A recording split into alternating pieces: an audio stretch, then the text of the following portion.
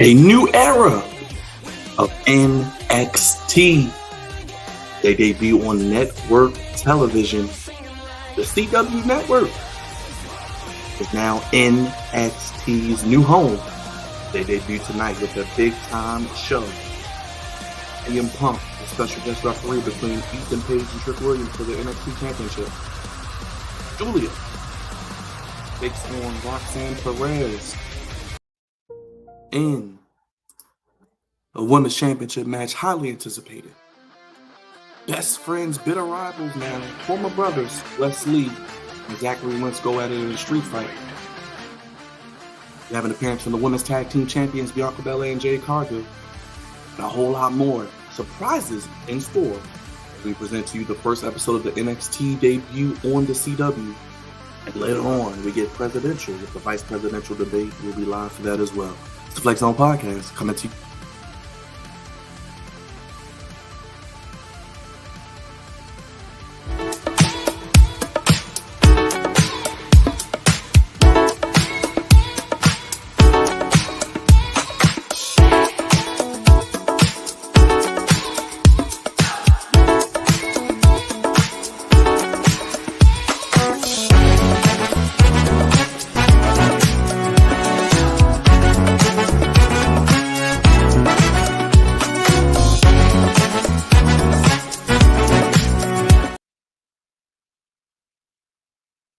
What's going on, everybody? God's favorite host back again here on the Flex Zone Podcast. NXT and the vice presidential debate. Big time night for you. We're not going to waste any more time. The show is starting. Let's bring him up. He was here. He asked me if we're still doing it. Yes, we're still doing it. the one and only Wolf. What's up, Wolf? Yeah, so we got a big day today. As we are probably well aware, the first 30 minutes of NXT tonight will be commercial free. Let me bring up one more person before you do that. Let's bring him up. Beyond the Map podcast, kicking it with Leo. He's here for NXT. He's excited. I told him he's doing it. Leo, the official Flex on Friday petition. What's good? Go ahead, Wolf. Yeah, so what's it called? First 30 minutes of NXT will be commercial free. Most of that will probably be spent on the opening match, which will be perhaps the most exciting match of the night. Roxanne Perez defending the NXT Women's Championship against the beautiful Madness Julia. We also have, like Byron said, we have Zachary Wentz and Wesley in a street fight. No Trey Miguel in sight, seemingly. We have two members of Fatal Influence, which is the faction between JC Jane, Fallon Henley, and Jasmine Nix, against Lola Vice and Jada Parker. We have Miz TV with the North American champion Obafemi and his challenger Tony D'Angelo. And then our main event will be the NXT Championship on the line. Ethan Page defending against former champion Trick Williams with special guest referee Chicago's own CM Punk. Leo, how you feeling, man? We're here on the CW, brother. I'm looking forward to it, man. I think tonight they have a lot to prove, but I think they're going to give us a good show, to say the least. I know a couple of my content creator friends that are there in attendance tonight. So for those that are there, I know Jugs is there. I know one of my other content creators. Jugs is there. Hear these thoughts. One of my other friends who's a female who's also a wrestling fan, she's there tonight there as well. So we're starting out with Shawn Michaels. I mean, I do like the new logo that they're going for. It kind of gives me back like the old vibes of NXT to an extent with the white and gold, like they used to do for these NXT takeovers. But I really hope that they do something with the titles, though. I do need a new design of the titles because we've been long overdue for some new designs. Starts off. I'm not a fan of the 2.0 era color scheme still, even though we're past that supposedly. So we'll see. Looks like he's about to reveal something behind him, guys. The crowd is lit, though. Pretty big crowd tonight. Jugs is there. Hades Thoughts is there. Woo! Maybe it could be a new title. It looks like titles. I love it when Sean opens up shows. I just every time it's a new title. We might be getting some new titles. Speaking of titles, how do you feel about the new design of the Intercontinental Championship? I think it looks better than what we had. They should have did that from the beginning when they did it unveil. Yeah, I was thinking if they were gonna do an Intercontinental title redesign, they would have had like a unveiling, but they just had Jay come out with it. Ooh.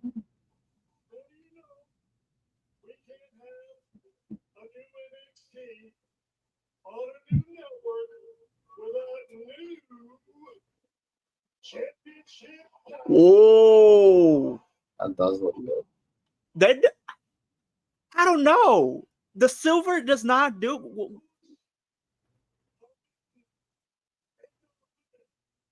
I prefer the gold. Yes. Yes.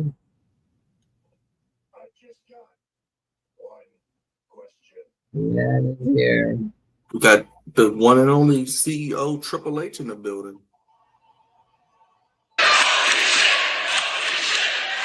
Okay. Oh, yay! I don't know how I feel about the new titles yet, though. That's what I'm saying, because like the silver just doesn't work well. It doesn't pop. No, I feel like the silver would be better on the white strap, but the black strap needs to be gold. I think they should have had it be gold.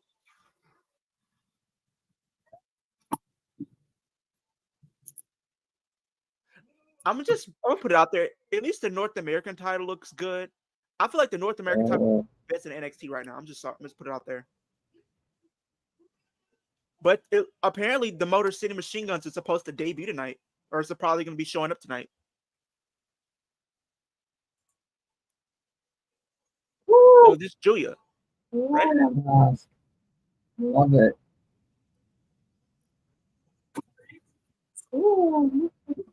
So is she going to win the title here? I think she is.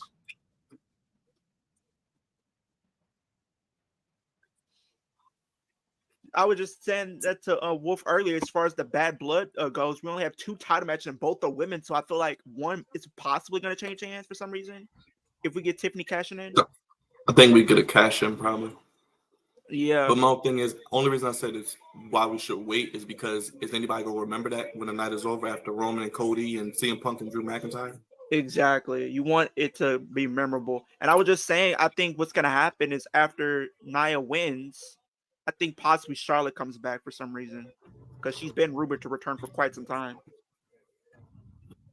Either that, or maybe they do something different. I mean, I'm hoping they turn Naomi heel, but that's what I was about to say too. Maybe she comes out on NXT, not NXT, but Bad Blood and turns right after the match. And Jimmy, he recently came back. I'm gonna see if I can. That's what I'm saying. I'm giving them till Bad Blood. At the titles. Lord have mercy, Julia look good.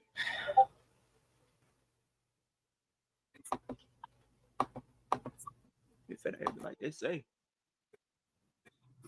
Is Cora Jade back? Does she return tonight in school? Roxanne? Well, apparently, if any women are going to be returning, it's not going to be Cora. Cora's not going to be taking place until like later on this year, probably like November, December, probably, which she'll return. But they did say Nikita Lyons probably will return because she recently competed at the. I figured she'd be coming back soon. Wait, who is? Nikita. Yeah. Roxanne said, what's it called? Cora has maybe a month left in her recovery. Yeah. I don't know. At least with the color scheme with the white strap NXT Women's title, it looks good, but the men's don't.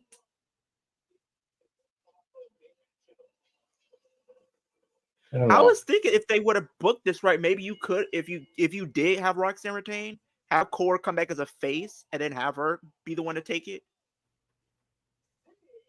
But I don't think people will want that, honestly. This is my first ever Julia match, so I'm excited to see what she has to, if she lives up to the hype. Yeah. But Roxanne Perez is really good. I could see her in the main roster in the Royal Rumble.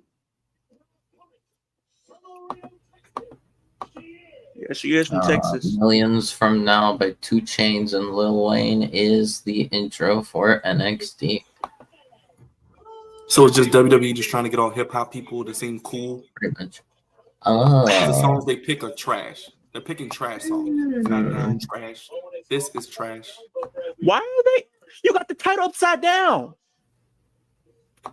What? Well, that's going to be on Botchamania. Wait, what? They just got the holding the title. Is he related to the Great Khali holding the title upside down like that? Hey man, and why did they hold up the old women's title instead of the new one? Because they did it 3 seconds before the show. We just get a glimpse. Need to be slapped. That's pretty much what's going on. Yeah, Jugs is there. Hear These Thoughts is there. Yeah. I might go to the Raw that they're coming to because I did see they're coming to Raw for December 30th, but I don't know.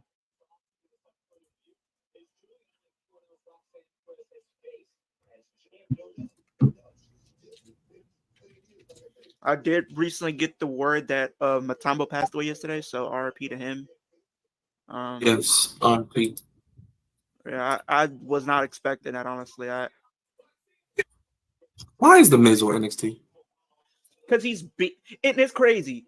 the fact that he turned heel last night and then and then is literally like on NXT tonight. Oh, I don't know. Looking at the NXT titles, it looks better. Can you put them up if you get a chance?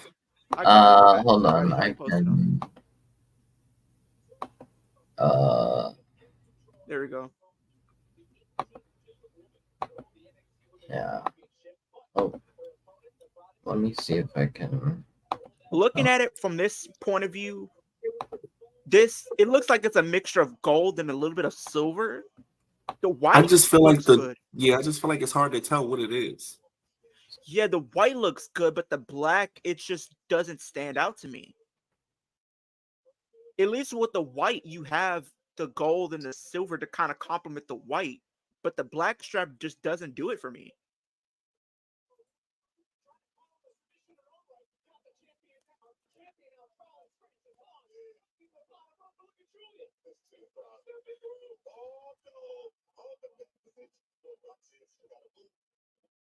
TV deal announcement for Tony Khan. People are already saying Tony Khan announcement.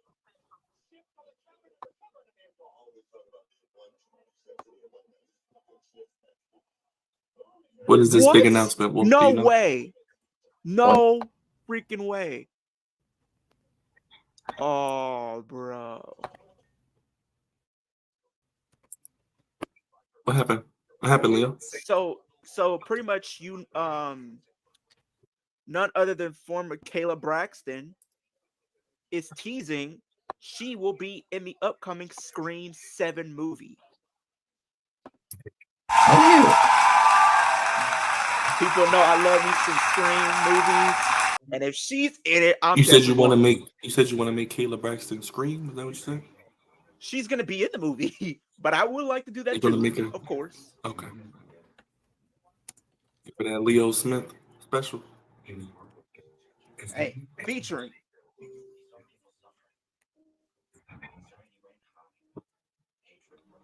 Oh man, yeah. I think we're gonna get a new champion. Well, 2 new champions tonight.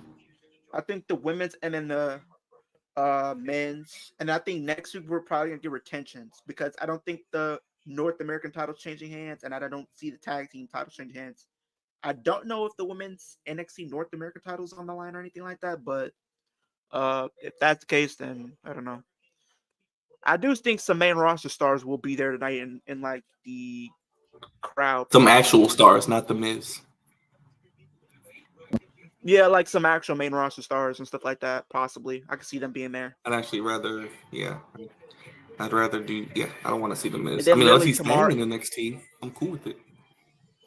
Then tomorrow we have the none other than who is it? The 5-year anniversary of AEW. Dynamite. Yep. We have Ospreay, Ricochet. We have Brian Okada 3. But for both titles, but the Continental title will only be on the line for the first 20 minutes. That's stupid, if you ask me. You said what? So okay. So Brian versus Okada 3. Both titles on the line for the first 20 minutes, and then after 20 minutes, Okada's title is no longer on the line. So yeah, pretty much that's crazy. So both titles are going to be on the line, but for Bryan Danielson to become double champion, he has to beat Okada in 20 minutes. After 20 minutes, the Continental title won't be up for grabs. It will just be the AEW title. Even MJF went on there and said, "I had a brain aneurysm literally trying to read this." Like he says, "What?" He spent 8 hours reading it and still couldn't figure it out, or something like that. I don't know, or maybe he read it 8 times.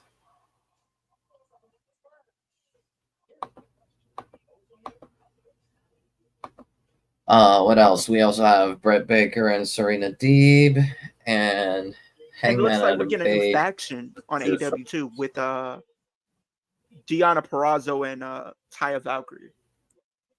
Yeah. And we also have Hangman Adam Page. So we're getting a new faction with Taya Valkyrie and Deonna Purrazzo. It looks like Deonna's leading the faction. I mean, it sounds good if they actually knew how to book them, but they're gonna book them like trash. So I don't care. But go ahead. And they're mainly on Collision anyway. We have Hangman versus Juice Robinson on the 5-year anniversary of Dynamite as well.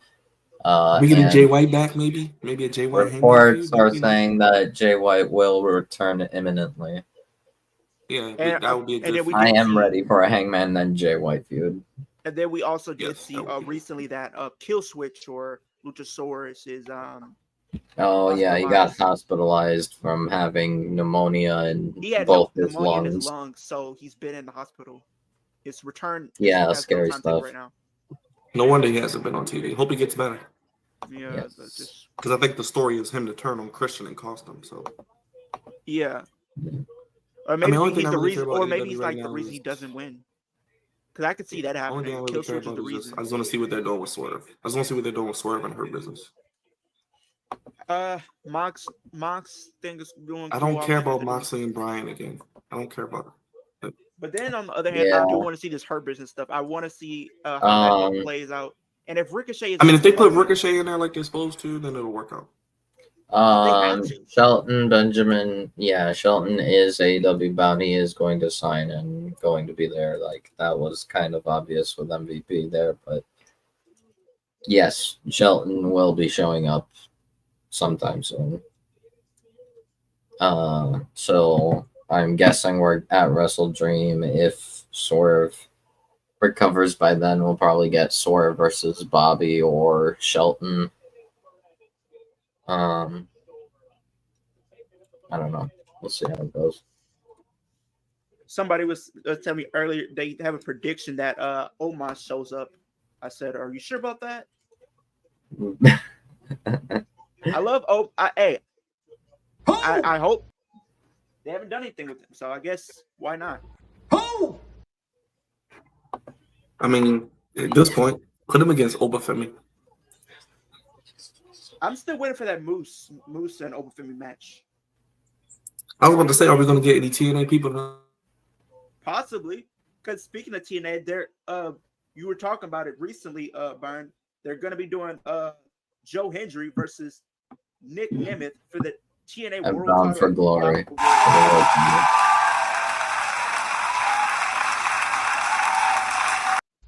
His name and he appears. I believe in Joe Hendry. That's what I care about, baby.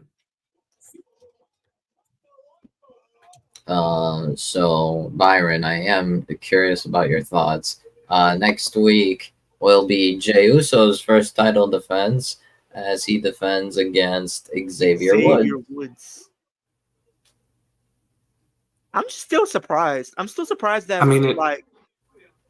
I'm just surprised that Bad Blood is literally at 5:00 my time. Oh yeah, Sammy and Gunther is next week Raw instead of Bad Blood.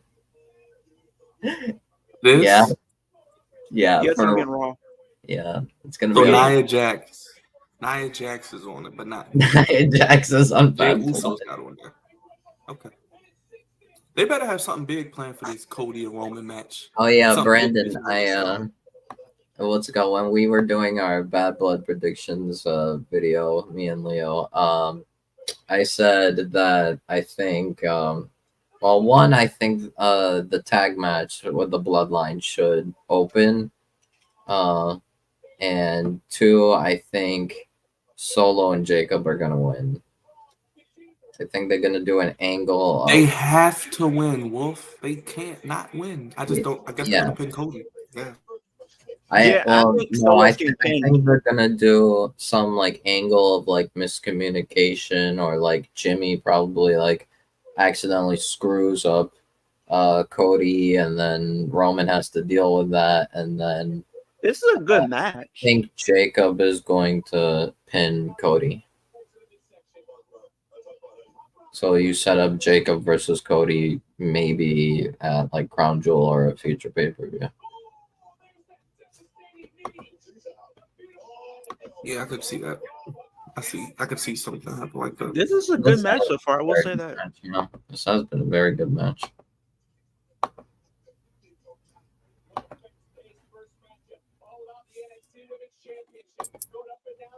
Now she pushed her out.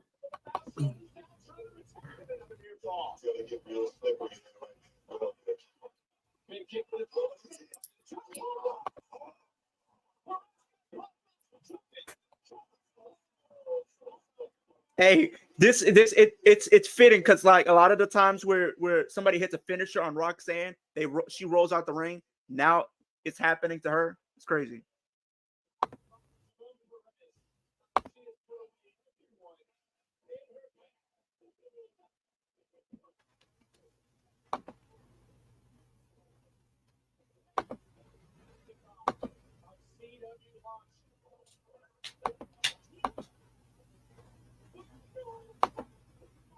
Are they gonna do the typical get in at 10?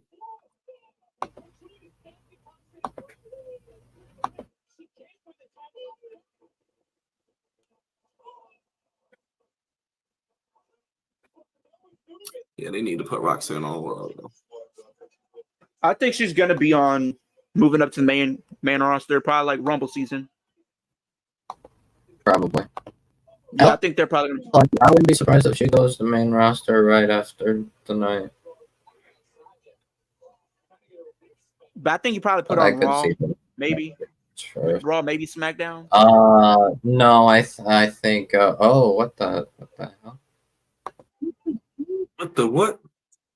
She's losing. That's definitely not Stephanie Vicor.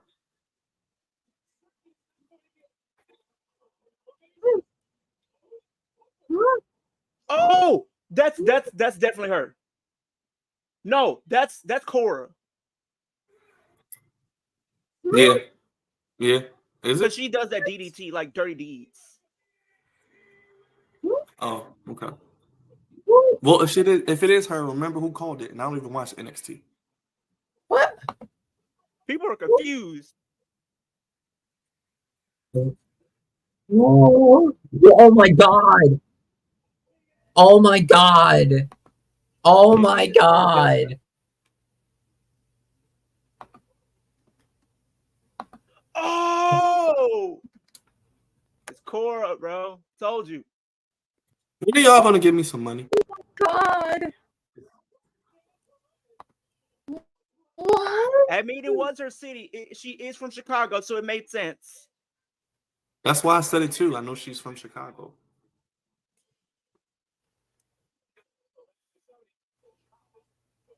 I mean, having two of CM Punk's favorites there, I mean, it makes sense. His little daughters, so to speak. Yeah. So I guess they're gonna push that match to what, Stand and Deliver, possibly where Julia wins it or something. Wow. So I'm guessing.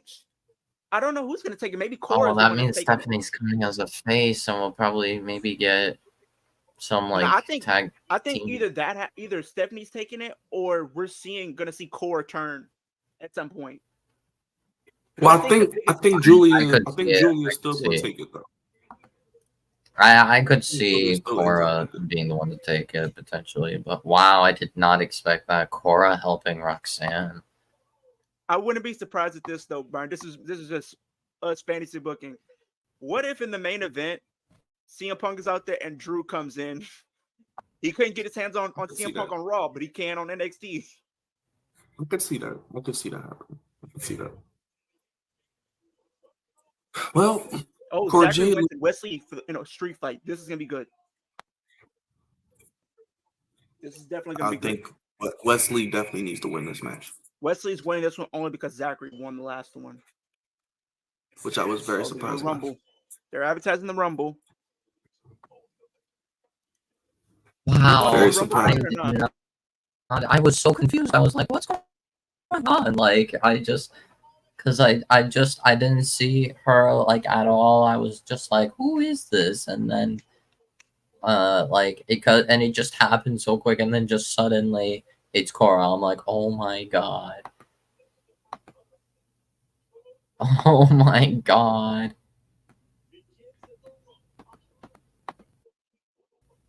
You going to the Rumble Barn or no? I don't know what I'm doing. Depending on how much the tickets are. I'm not trying to go broke. There's too many events next year. There's too many events. Rumble, All In, SummerSlam's in New York. You got Mania. You got Mania 2 nights. You got SummerSlam 2 nights. Yeah, I don't know, man. I'm going to see what the tickets are like, then I'll go from there. I'm probably just gonna only go to All In next year, if anything. I I'm might go definitely to trying to one. do All In though. I'm gonna try to do one WWE show next year and then one AEW. If I can do a pay per view, if there's a pay per view in Texas, then I'll go. Yeah, Because I know AEW see has their that. pay per views. Ring of Honor has a lot of pay per views in Texas, so I can probably end up going to one of those. Maybe I'll go to a TNA and WWE show if they're in Texas. Mm-mm.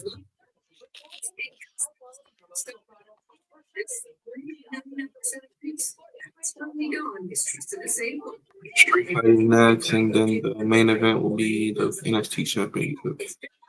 That I think we'll get a title change for sure. Because there's no other match. Well, you have Jada Parker on there tonight. Jada Parker and Lola Vice teaming up. So you have that. You're gonna have Obafemi on the show in a Miz TV segment with him and Tony D'Angelo. And you have the main event. Next week I know is NXT Tag Team titles. I'm trying to think. Maybe we get Ricky Starks tonight. Ricky Starks, Hikuleo. I'm going for either one. I just don't see Hikuleo on NXT. I feel like he's going to be in the Bloodline thing.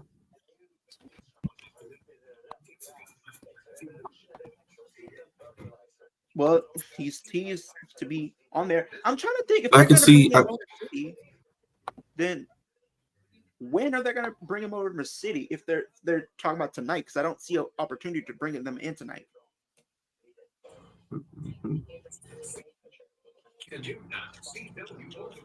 I just say wait till next week for Motor City Machine Guns. In all honesty,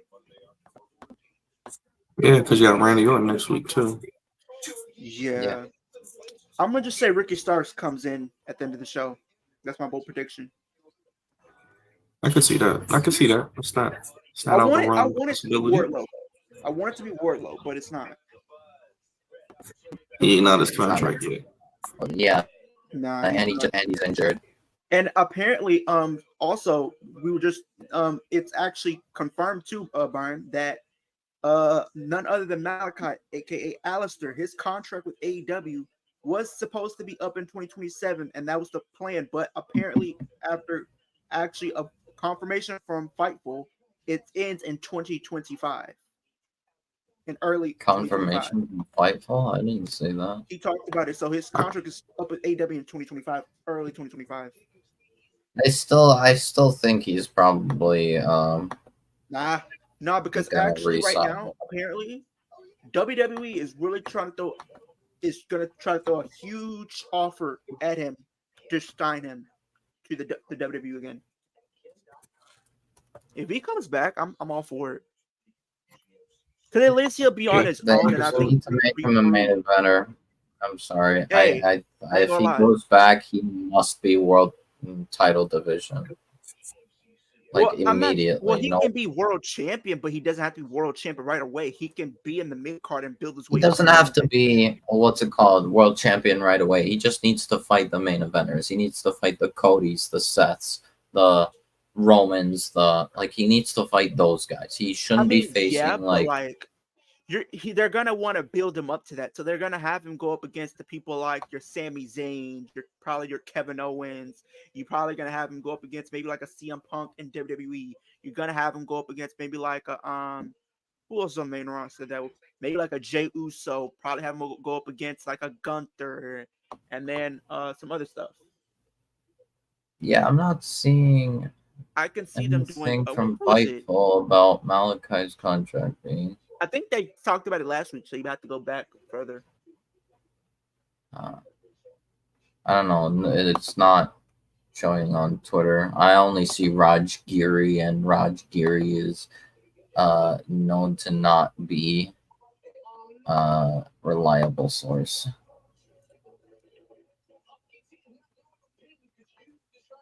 Why does everybody have to play PlayStation in the back? 2K. Who knows? At this point, they're advertising.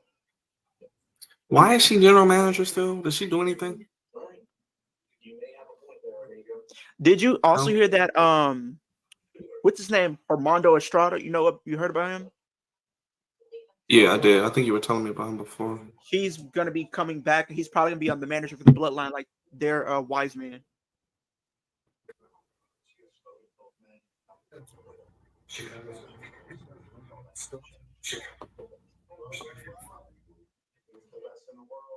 Lexus King.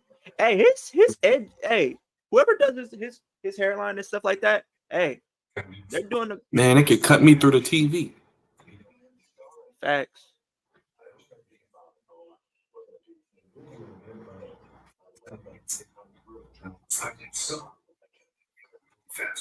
So it sounds like inside two bolts, you got to figure out which one at all costs, or you're going to fight against the genes you were born with.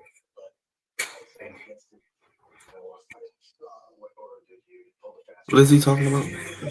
Oh, he's been competing against another person at NXT for a bit. Oro, from Metaphor. So yeah, I guess Punk is giving Lexus advice.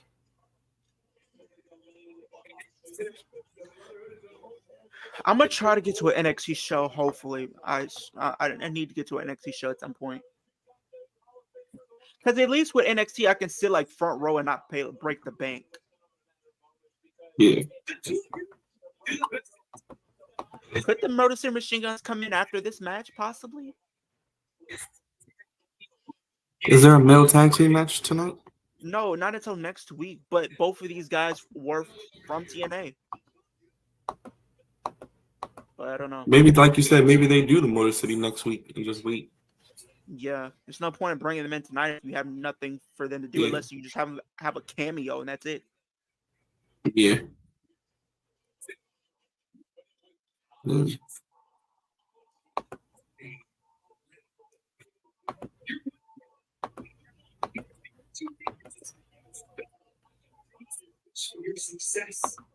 I like this new version of Wesley.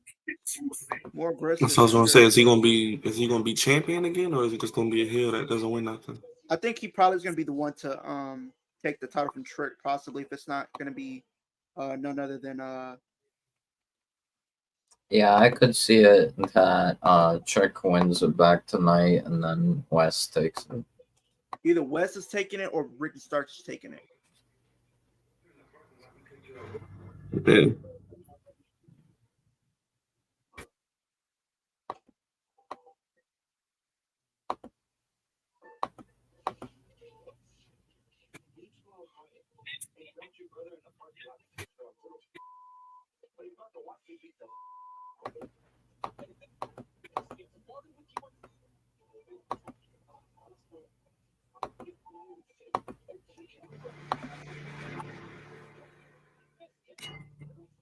Yeah, Wesley definitely gonna win tonight, though. But make sure you guys hit that subscribe button, hit that like button, hit that bell. Yeah, he lost the last pay-per-view, so he needs to win this one. But I do like Nash Carter's finisher. That is so cool. Yeah, I think I saw it. It's pretty good.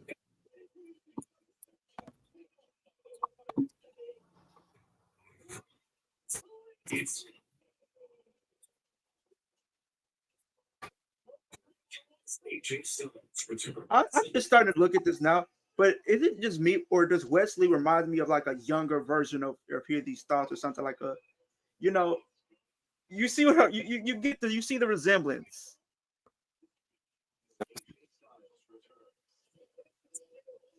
Looks like they're having AJ come back as a face too. Hope they put him in that U.S. title picture. That'd be a nice, fun make card. Yeah. I don't know. You know what I'm thinking? I just thought about it. If they bring Jay over to SmackDown, send AJ over to Raw. I think. But they're not moving Jay to SmackDown. He ain't losing. They're probably not gonna move him over. Yeah. But and now, if they're turning Braun Breaker face, it feels like they're gonna have Jay keep it for a while. Yeah. It seems like they're like already teasing Braun to go after Gunther. I'm not mad at it. I just feel like I'm not mad at them turning him face because I think he kind of was over anyway. So it was a point they probably were going to have to turn him face at some point anyway. So you might as well just do it now. But then again, it's just like I would like to see AJ over there just because he can add more to that IC title scene, or actually him versus Gunther would be cool, which I wouldn't be mad at. Yeah. Someone trying to steal your AJ and Punk. AJ and Drew again would not be bad. Because AJ and Rollins, we know their chemistry. AJ and Punk, we never seen them face in a long time. I think. I don't think they ever face each other. At least. Nope. So you could do that if you want to. You can have him go after the got a lot of people to go against. Yeah.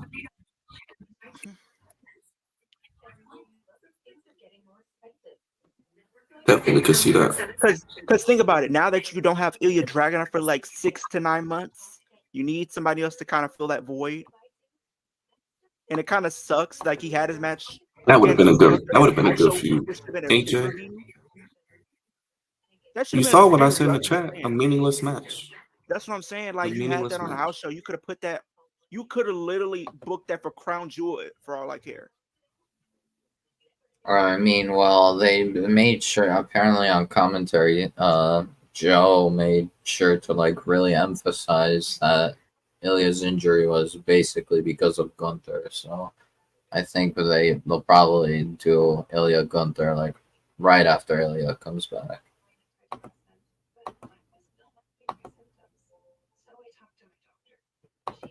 Hosts have increased after stroke. Antidepressants definitely sucks. Actions and words of depression is children making adults. Call your healthcare provider right away to report numerous sudden changes in mood, behavior, thoughts, and feelings. Wonder if you can develop symptoms out of thoughts or actions. Report fever, stiff muscles, and confusion, which can be life-threatening, or uncontrolled muscle movements, which may be permanent. High blood sugar can lead to death, weight gain, increased cholesterol, unusual urges, dizziness of the standing, falls, seizures, trouble swallowing. Damn, it's a long commercial break. You're telling me they got rid of the commercials? I feel like they did. And I was just telling Wolf how like they're literally just dragging this feud between Austin Theory and Grayson, and he even said that apparently they're probably gonna be dragging this out till Mania. I don't want to see Austin. Hey, I love me some Austin Theory. I want him on Mania, but not against Grayson. What I'm saying is I could see just make it the turn happening much earlier, but like the feud ends at Mania. If you want them at Mania and be involved, do a US ladder match for the title. They could also 7 do that. men, and you can have both of them in the match. I was even saying you could do a women's ladder match if you want to. Oh, all right. We got the merch website.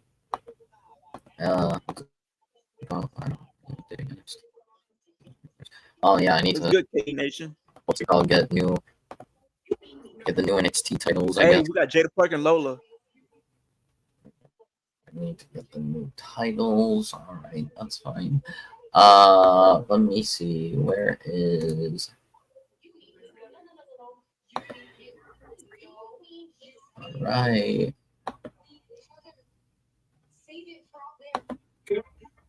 Oh, she has a backup plan. What does that mean? Is that Nikita Lyons? Perhaps. Maybe it's someone else. No.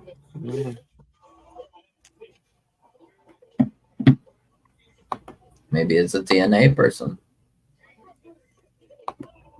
Oh no, we'll see. We'll see. Apparently they're trying to get TNA to be involved in W2K25, but they got to get some of the licensing stuff taken care of. We got community creation, so it don't matter. But did you see they really went through with making Dominic Mysterio toilet paper? Yeah. Yes. They're literally selling toilet paper. And I Dominic can show you. On it. And people are What's up, KD? Leo, I also sent you a better look at the NXT Women's title from the shop on Instagram. Look at this. Check this. Hold on. The little skeleton thing Good, that he KD gets. watching NXT. I would buy this.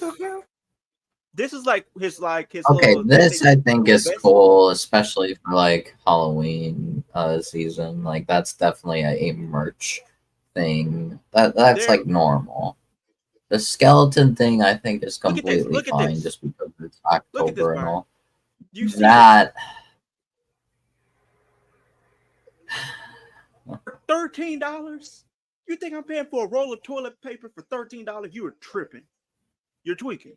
You know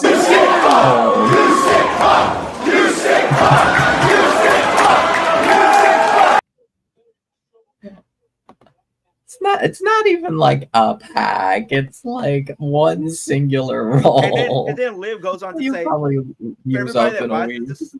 And here's the crazy thing, though, Brian. Liv goes on and says, "Good luck to everybody who buys this, because that's the closest you're getting Dominic between your legs."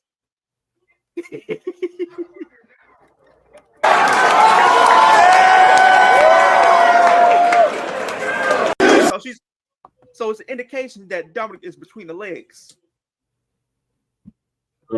WWE will sell anything.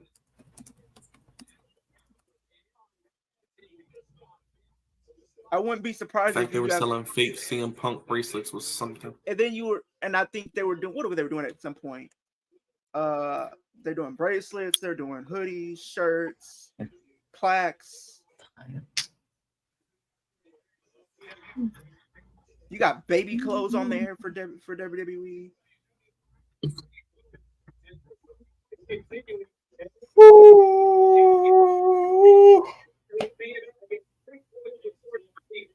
Or Jade is our big surprise for the first hour.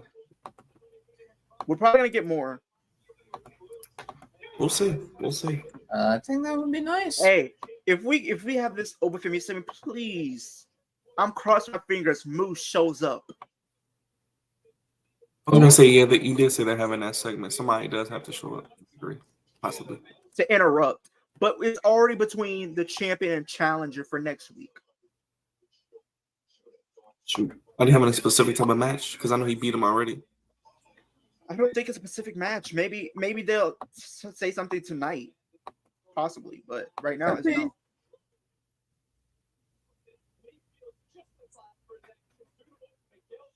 I'm telling you, if Ricky starts, I'm losing my voice tonight. And I'm sure Queen Mia will as well.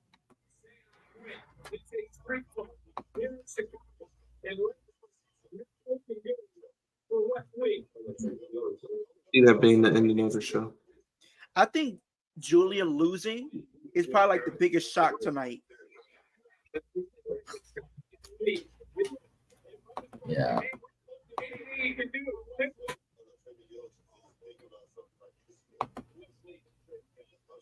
That's supposed to be a table, or are they supposed to go through the wood? That was kind of whack. Supposedly, I guess. Another commercial? Really? That's why I don't like those commercial-free minutes, because you know what's crazy? They'll tell you got an hour first commercial, and then or 30 minutes commercial free, and by the 25th mark, they're already going in to commercial. False advertisement on your part, WWE. They love doing it. I just don't understand why, if we're doing starting Bad Blood an hour earlier, why we can't get one more match on that. That's what I'm saying. You're starting at 5:00, so I'm guessing the show's gonna be 3 hours, so it's probably gonna end at maybe like 8, maybe 9. I'll say the show's probably like 3.5 hours, because Roman and Cody is like 30 minutes. Roman and Cody coming in the ring is like 30 minutes. Not wrong. And the Hell in a Cell match is like 30. Plus the cell coming down in the match, that's like an hour. And then like video packages too. So 4 hours. Yeah. They should have put Mello and Andrade and then even the Shark Cage. So 5 hours almost. Because the Shark Cage and then Dominic entering that. Then you still got Priest and Finn. And they do a cash in. If they do a cash in, I don't think they're gonna do a cash in. I think Charlotte comes back, and then they do Charlotte Nia, and then that's when And then, like Leo said, they got the video packages. Then Jade and Bianca are supposed to be hosting. Like, what? And then they have a surprise for us as well, and they're probably gonna do the attendance. Well, look, I'm gonna just say this: it's not the surprise I want from them too. Okay.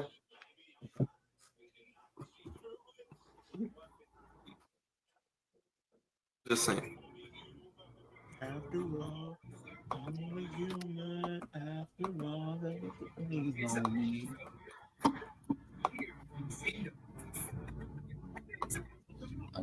You're looking my real problem. Don't be lot. So they're really selling the spinner U.S. title for $337. Is that good? Considering Yeah, it's it's like good because $450. That's on WWE. And then the Winged Eagle's $322. The WWE Championship, the old one, the network is $337. The Big Gold is $322, and the Attitude Era is $322 as well. And the Undisputed title is $322, the old one. The Brock Lesnar one I call. They got Uso shorts that's like blue and pink. I would cop those for sure. But I'm not paying no $41 for it though. Yeah, they're $41 for some shorts. At the old Intercontinental Championship, which is the new one is based off of. I always like this championship. This is like my top 2 right now as far as IC titles go.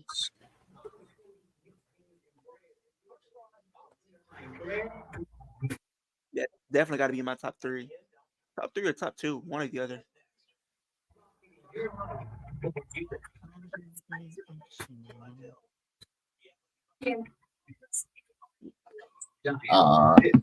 Yesterday I was happy because my football team won pretty easily. The Lions. Lions beat Seahawks 42-29. I think. I mean, looking at the game, we knew that was going to happen. The Seahawks really didn't stand a chance, honestly. Yeah, they seem to be kind of squashing. I will say, Brian, this is probably like the top Intercontinental Championship because this is just so iconic. I like how they paid homage to this title with the new one that they have. But $300 for this one is not bad. Great. Oh, why are they doing all this mutant?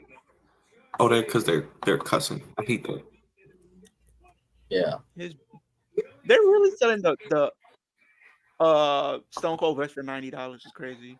The Brahma Bull is $374. I always like the Brahma Bull title. And then I like the blue blacking too. The blue blacking really looks cool. Then the SmackDown tag team titles, the old ones, the blue and silver ones are $300.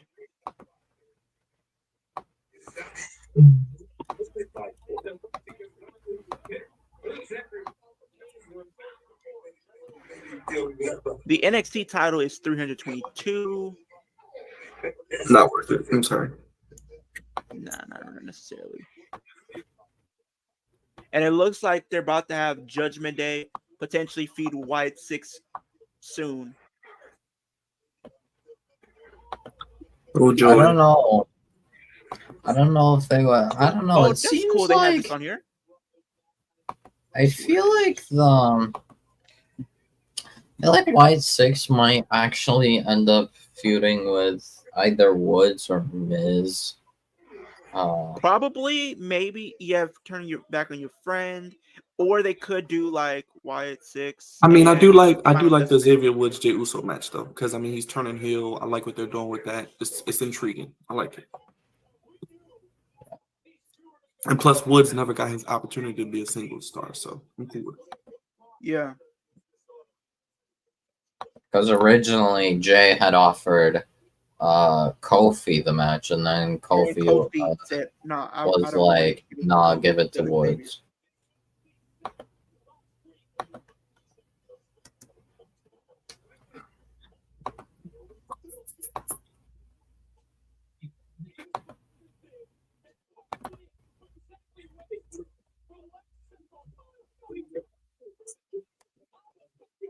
I would definitely. I'm not a big mask person, but I would get the Rey Mysterio mask just because it's iconic one. This is the Halloween Havoc 1997. Good one. Yeah, that's a nice mask. I like that one. Yeah, I would consider getting it. I don't know what I'm gonna do for Halloween this year. I might just. I wish they could make like a replica Andrade mask. That would be cool. How much is watching? I mean, if they made a replica Andrade mask, I wouldn't be surprised if they made it like 100. Just because of how like what's it called? How good quality it is, and then they'll probably make Yeah, like a. Was he supposed to toy go through one that that's- table? I thought he was supposed to. I think he killed. Probably. It's probably an overshot. Oh But my yeah, God. I He feel like definitely they was bullet. could make like a plastic Andrade mask for like 30 years. Yeah, that had to hurt. Oh my gosh.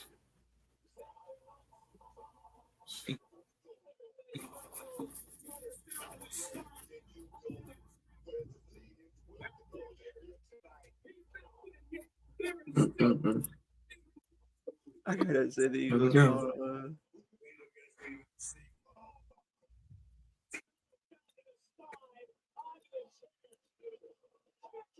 This is a good match. They're putting up some good matches.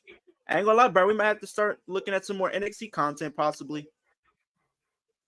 I mean, they have some good match quality. I will say that.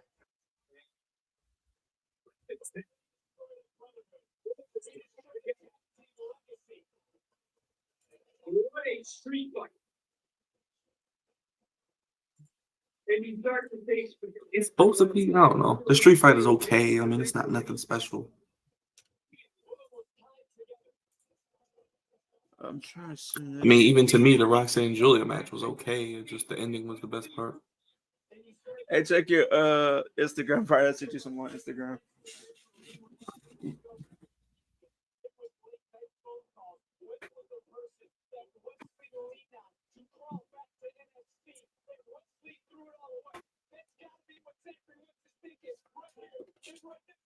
That's great. He's funny. Try to kill him.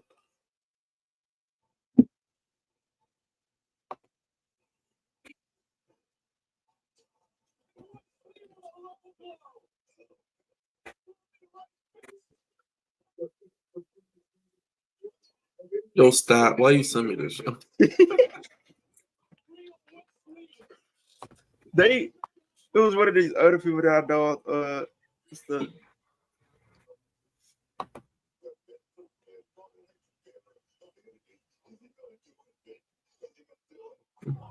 looks like Kitty's thoughts got some good seating. That wasn't needed. That was a very much needed win.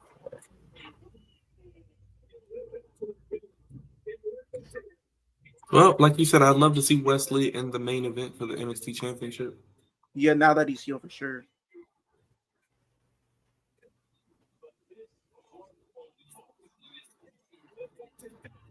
Man, I miss MXK. They were so good. Them against Fraxian, that would be so great.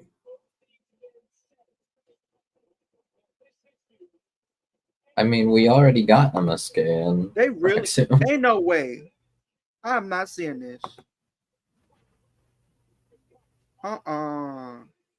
That's just disgusting if you ask me. Ain't no way. Bro, you gotta look at this. I'm looking at some crazy stuff. So the caption that they use, it says this guy's son and nephew used their auntie's breast milk for their cereal on accident. What are we doing? Stupid. Just stupid. What? Exactly what I said. There's no way. Oh yeah, this is definitely me right here. I gotta send you this one if I can find it.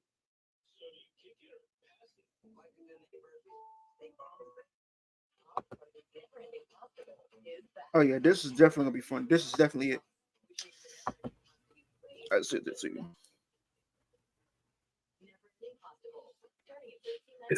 Leo, what are you sending me now? More porn? No, I'm joking. This I'm is joking. not. No, this is Hey, yo. I'm joking, Wolf. I'm joking. I'm joking.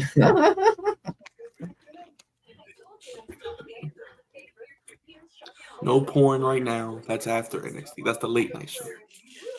You said you're looking at the what's going on tonight? The debates is The going on vice tonight. presidential debate. Yeah, 9 or 8. I might tune in. We'll see. It's in 5 We'll minutes. be on him. So What are they? They're making boxers for WWE now. They're making boxers for WWE. Wait, I just realized who might show up on the Oba and Tony. Truth. Oh Lord. So are we getting a Miz R-Truth? That's what we're doing again? No. The thing is, Miz turned on Truth on Monday. I think yesterday. But didn't they do that before when they were tag teaming years ago? Many years ago, and Truth was the one to turn. No, Miz was the one that turned. That's why I thought the Miz. Yeah, but basically, Karrion convinced Miz to turn on Truth, and that's what happened. I mean, everybody get an R-Truth push? No, maybe Little Jimmy back. No. Now, the best version of R-Truth was 2011 when he was talking about Little Jimmy. His feud with John Cena was cool. Then him being pretty much always assuming stuff, talking about business conspiracies. You see this, man? This is what WWE is coming to. WWE is really out here selling this on their website now.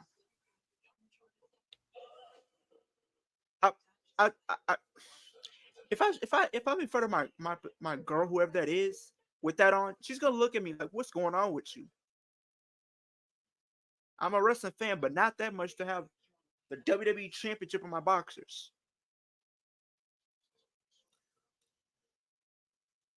If I want WWE Championship so bad around my waist in that manner, I'm pulling a Drake Maverick.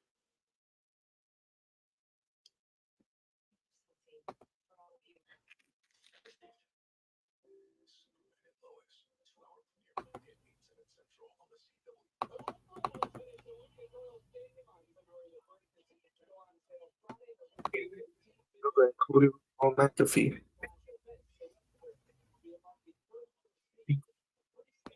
They're already selling the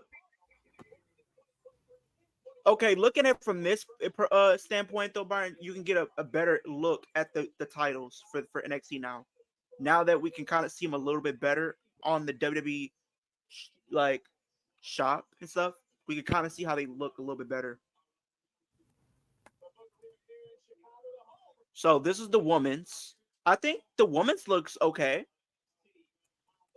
I think now, when you agree, now kind of seeing it a little bit better, it kind of looks a little bit better.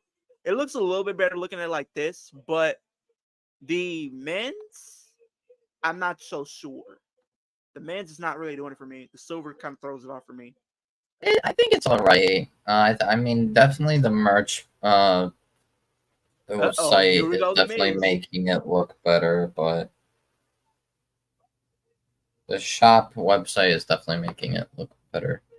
Would I be crazy if I said maybe the Miz beats Jey Uso for the IC title next? Wow, they're already doing them.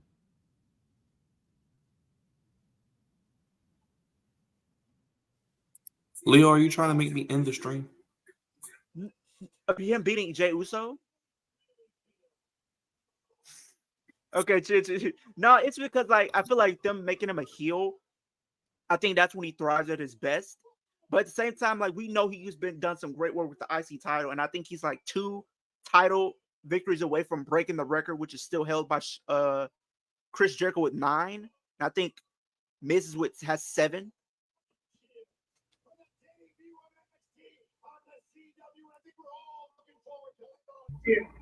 He could lose to Jey Uso, sure.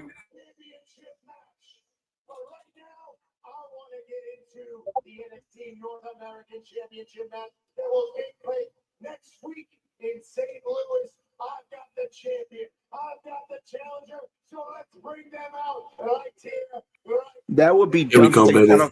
No, not right now, but like some point down the line, with them doing like some type of shenanigans or something.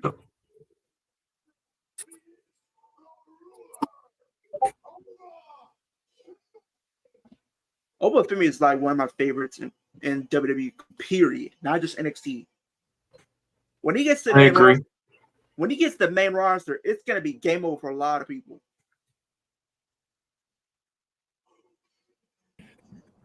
He makes me want to get the NXT North American title. All right, it's that time. All right. So speaking of merch, I just got some socks that I found at my local grocery store. They were WWE socks.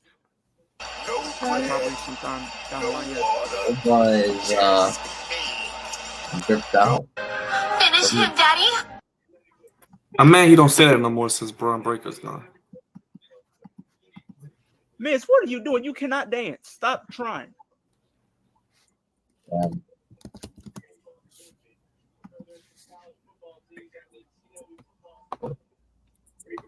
Is he a heel or is he a face? I'm trying to figure that out. Do y'all think Jimmy will return to Bad Blood? I think so. I'm about to go live with the presidential stream. Okay.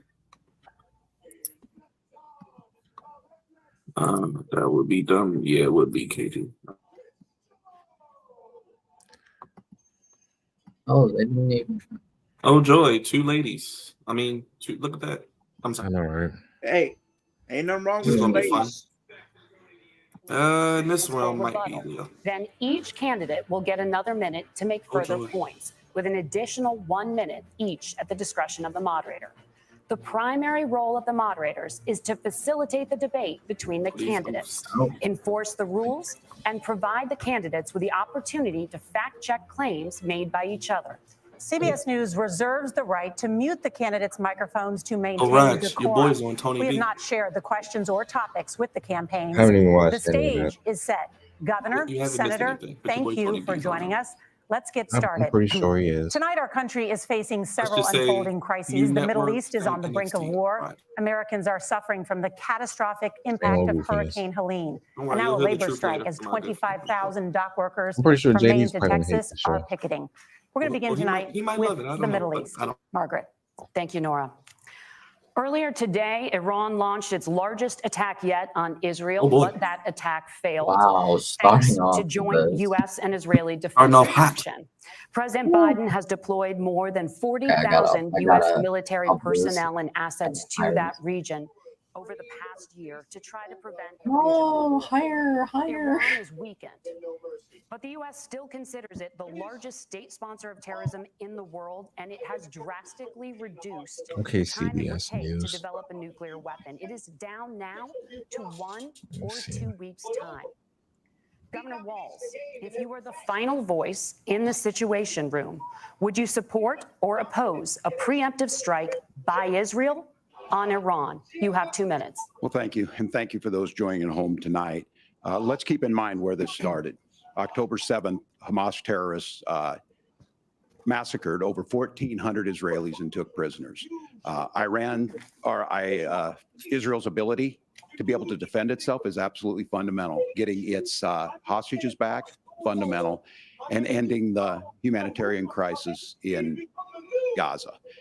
But the expansion of Israel and its proxies is an absolute fundamental necessity for the United States to have the steady leadership there. You saw it experienced today, where along with our Israeli partners and our coalition, able to stop the incoming attack. But what's fundamental here is that steady leadership is going to matter. It's clear, and the world saw it on that debate stage a few weeks ago, a nearly 80-year-old Donald Trump talking about crowd sizes is not what we need in this moment. But it's not just that. It's those that were closest to Donald Trump that understand how dangerous he is when the world is this dangerous. His chief of staff, John Kelly, said that he was the most flawed human being he'd ever met. And both of his secretaries of defense and his national security advisors said he should be nowhere near the White House. Now, the person closest to them, to Donald Trump, said he's unfit for the highest office. That was Senator Vance. What we've seen out of Vice President He is not Harris, saying a damn we've seen thing. steady leadership. We've seen a calmness that is Look at able to JD's be able face, to though. draw on The other warriors to JD. bring them together. I know. Oh, look, he's not That lying. our allies matter. When our allies see Donald Trump turn towards Vladimir Putin, turn towards North Korea, when we start to see that type of fickleness around holding the coalitions together, we will stay committed. And as the vice president said today is, we will protect our forces and our allied forces, and there will be consequences.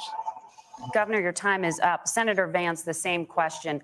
Would you support Looks or like the oppose title got a preemptive different strike design by for the NXT Israel North on American. Iran? You have 2 minutes. So, Margaret, I want to answer the question. First of all, thanks, Governor. Thanks to CBS for hosting the debate. And thanks, most importantly, to the American people who are watching this evening and caring enough about this country to pay attention to this vice presidential debate. I want to answer the question, but I want to actually give an introduction to myself a little bit because I recognize a lot of Americans don't know who either one of us are. I was raised in a working class family. My mother required food assistance for periods of her life. My grandmother required Social Security help to raise me. And she raised me in part because my own mother struggled with addiction for a big chunk of my early life. I went to college on the GI Bill after I enlisted in the Marine Corps and served in Iraq. And so I stand here asking to be your vice president with extraordinary gratitude for this country, for the American dream that made it possible for me to live my dreams. And most importantly, I know that a lot of you are worried about the chaos in the world and the feeling that the American dream is unattainable. I want to try to convince you tonight over the next 90 minutes that if we get better leadership in the White House, if we get Donald Trump back in the White House, the American dream is going to be attainable once again. Now, to answer this particular question, we have to remember that as much as Governor Walz just accused Donald Trump of being an agent of chaos, Donald Trump actually delivered stability in the world, and he did it by establishing effective deterrence. People were afraid of stepping out of line. Iran, which launched this attack, has received over $100 billion in unfrozen assets thanks to the Kamala Harris administration. What do they use that money for? They use it to buy weapons that they're now launching against our allies and, God forbid, potentially launching against the United States as well. Donald Trump recognized that for people to fear the United States, you needed peace through strength. They needed to recognize that if they got out of line, the United States global leadership would put stability and peace back in the world. Now, you asked about a preemptive strike, Margaret, and I want to answer the question. Look, it is up to Israel what they think they need to do to keep their country safe, and we should support our allies wherever they are when they're fighting the bad guys. I think that's the right approach to take with the Israel question. Thank you, Senator. Governor Walz, do you care to respond to any of the allegations? Well, look, Donald Trump. What's the point of that segment, Leo? Sometimes hear a revisionist history, but when Donald Trump was in office, it was Donald Trump who we had a coalition of nations that had boxed Iran's nuclear program Leo, what was the point of that and the segment? inability to advance it. Donald Trump pulled that And I'm program thinking this was going to and put be nothing to else in potentially place. set up so Iran a is closer stipulation to than they were before because of Donald Trump's fickle leadership. And when Iran shot down an American aircraft in international airspace, they're running this Donald back Trump from earlier, so that's George the J's probably gonna standard say something to diplomacy say. of Donald Trump. And when Iranian missiles did fall near U.S. troops and they received traumatic brain injuries, Donald Trump wrote it off as headaches. Now, Look, our allies understand that Donald Trump is fickle. He will go to whoever has the most flattery or where it makes sense. We've heard that before. Steady leadership like you witnessed today, like you witnessed in April. Both Iranian attacks were repelled. Our coalition is strong, and we need the steady leadership that Kamala Harris is providing. Senator Vance, the U.S. did have a diplomatic deal with Iran to temporarily pause parts of its nuclear program, and President Trump did exit that deal. He recently said, just 5 days ago, the U.S. must now make a diplomatic deal with Iran because the consequences are impossible. Did he make a mistake? You have 1 minute. Well, first of all, Margaret, diplomacy is not a dirty word, but I think that's something that Here go your girls, Leo. Jada extraordinary. Parker, Miss You Parker. yourself just said Iran is as close to a nuclear weapon today as they have ever been. And Governor Walz, you blame Donald Trump. Who has been the vice president for the last 3.5 years? And the answer is your running mate, not mine. Donald Trump consistently made the world more secure. Now, we talk about what the sequence of events that led us to where we are right now, and you can't ignore October the 7th, which I appreciate Governor Walz bringing up. But when did Iran and Hamas and their proxies attack Israel? It was during the administration of Kamala Harris. So Governor Walz can criticize Donald Trump's tweets, but effective, smart diplomacy and peace through strength is how you bring stability back to a very broken world. Donald Trump has already done it once before. Ask yourself at home, when was the last time? I'm 40 years old. When was the last time that an American president didn't have a major conflict break out? The only answer is during the 4 years that Donald Trump was president. Gentlemen, we have a lot to get to. Nora, It's Fallon Let's turn Henley, now to JC Hurricane Jane. Helene. The storm could become one of the deadliest on record. More than Cowgirl, 160 people are toxic dead attraction and girl, hundreds and more are missing. Scientists say climate change makes these hurricanes larger, stronger, and more deadly because of the historic rainfall. Senator Vance, according to CBS News polling, 7 in 10 Americans and more than 60% of Republicans under the age of 45 favor the U.S. taking steps to try and reduce climate change.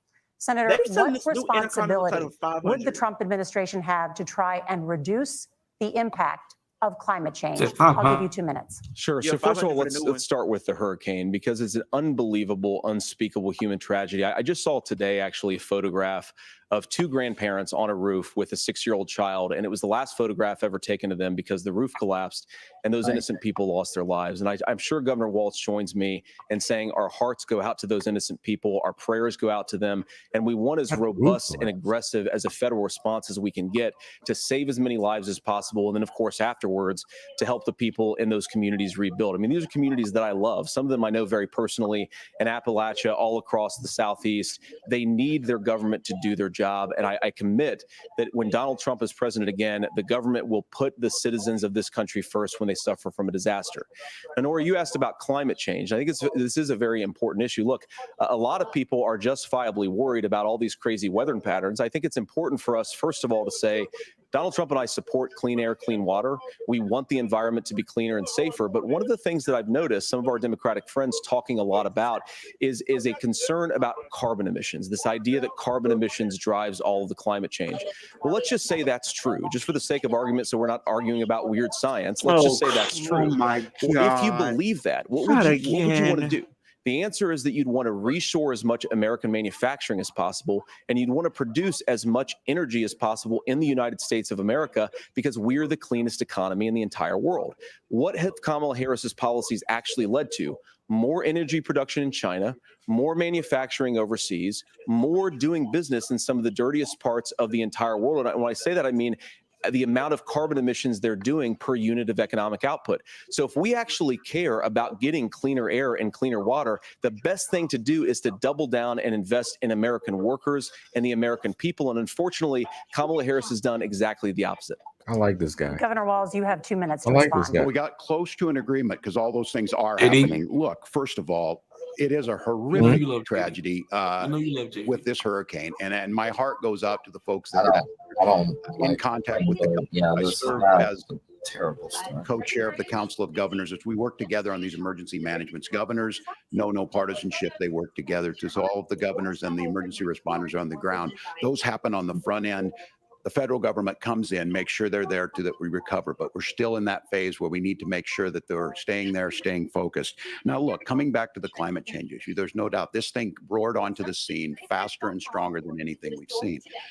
Senator Vance has said that there's a climate problem in the past. Donald Trump called it a hoax, and then joked that these things would make more beachfront property to be able to invest in. What we've seen out of the Harris administration now, the Biden-Harris administration, is we've seen this investment. We've seen massive investments, the biggest in global history that we've seen in the Inflation Reduction Act, has created jobs all across the country. 2,000 in Jeffersonville, Ohio, taking the EV technology that we invented and making it here. 200,000 jobs across the country. The largest solar manufacturing plant in North America sits in Minnesota. But my farmers know climate change is real. They've seen 500-year droughts, 500-year floods back to back. But what they're doing is adapting, and this has allowed them to tell me, look, I harvest corn, I harvest soybean, and I harvest wind. We are producing more natural gas and more oil at any time than we ever have. We're also producing more clean energy. So the solution for us is to continue to move forward, that climate change is real. Reducing our impact is absolutely critical, but this is not a false choice. You can do that at the same time you're creating the jobs that we're seeing all across the country. That's exactly what this administration has done. We are seeing us becoming an energy superpower for the future, not just the current. And that's what absolutely makes sense. And then we start thinking about how do we mitigate these disasters.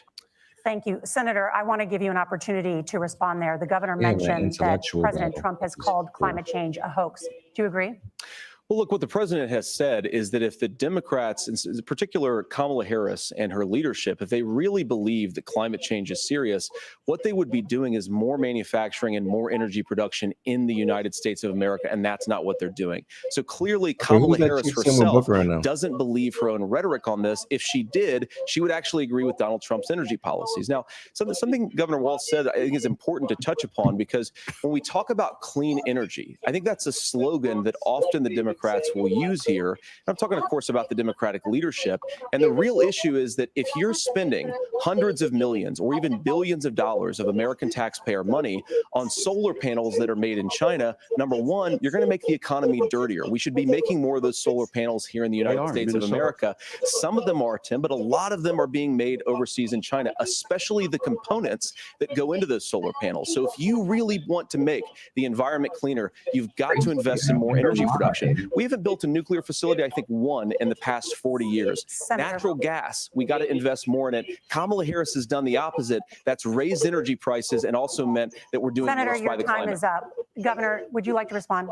Well, look, we're producing more natural gas than we ever have. There's no moratorium on that. We're producing more oil, but the folks know, and like I said, again, these are not liberal folks. These are not folks that are Green New Deal folks. These are farmers that have been drought one year, massive flooding the next year. They understand that it makes sense. Look, our number one export cannot be topsoil from erosion from these massive storms. We saw it in Minnesota this summer. And thinking about how do we respond to that, we're thinking ahead on this. And what Kamala Harris has been able to do in Minnesota, we're starting to weatherproof some of these things. The infrastructure law that was passed allows us to think about mitigation in the future. How do we make sure that we're protecting by burying our power lines? How do we make sure that we're protecting lakefronts and things that we're seeing more and more of? But to call it a hoax and to take the oil company executives to Mar-a-Lago, say, give me money for my campaign, then I'll let you do whatever you want. We can be smarter about that. And an all above energy policy is exactly what she's doing, creating those jobs right here. Governor, your time is up. The overwhelming consensus among scientists is that the Earth's climate is warming at an unprecedented rate. Margaret? Thank you, Nora. We're going to turn now to immigration. The crisis at the U.S.-Mexico border consistently ranks as one of the top issues for American voters. Senator Vance, your campaign is pledging to carry out the largest mass deportation plan in American history and to use the U.S. military to do so. Could you be more specific about exactly how this will work? For example, would you deport parents who have entered the U.S. illegally and separate them from any of their children who were born on U.S. soil?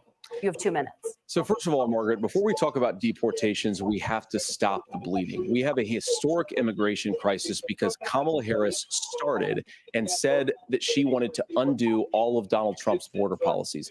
94 executive orders suspending deportations, decriminalizing illegal aliens, massively increasing the asylum fraud that exists in our system. That has opened the floodgates. And what it's meant is that a lot of fentanyl is coming into our country. I had a mother who struggled with opioid addiction and has gotten clean. I don't want people who are struggling with addiction to be deprived of their second chance because Kamala Harris let in fentanyl into our communities at record levels. So you've got to stop the bleeding. You've got to re-implement Donald Trump's border policies, build the wall, re-implement deportations. And that gets me to your point, Margaret, about what do we actually do? So we've got 25 million illegal aliens who are here in the country. What do we do with them? I think the first thing that we do is we start with the criminal migrants. Dogs, man, where the dogs? People have committed some form of crime in addition to crossing the border illegally. Dogs, man. Deportations on those folks. And then I think you make it harder for illegal aliens to undercut the wages of American workers.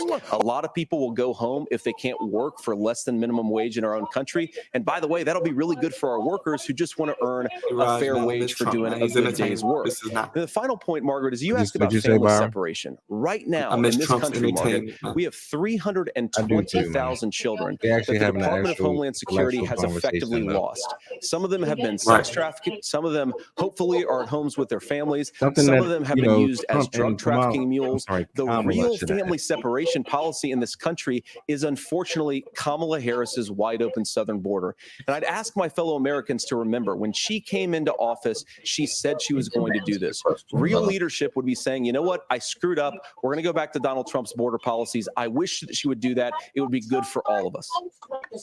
Governor, do you care to respond to any of those specific allegations, including that the vice president is, quote, letting in fentanyl and using wanna kids as drug mules, among other things regarding children? The drug mule is not true, but I will say about this, about the fentanyl, because this is a crisis of this, the opioid crisis. And the good news on this is the last 12 months saw the largest decrease in opioid deaths in our nation's history, 30% decrease in Ohio, but there's still more work to do.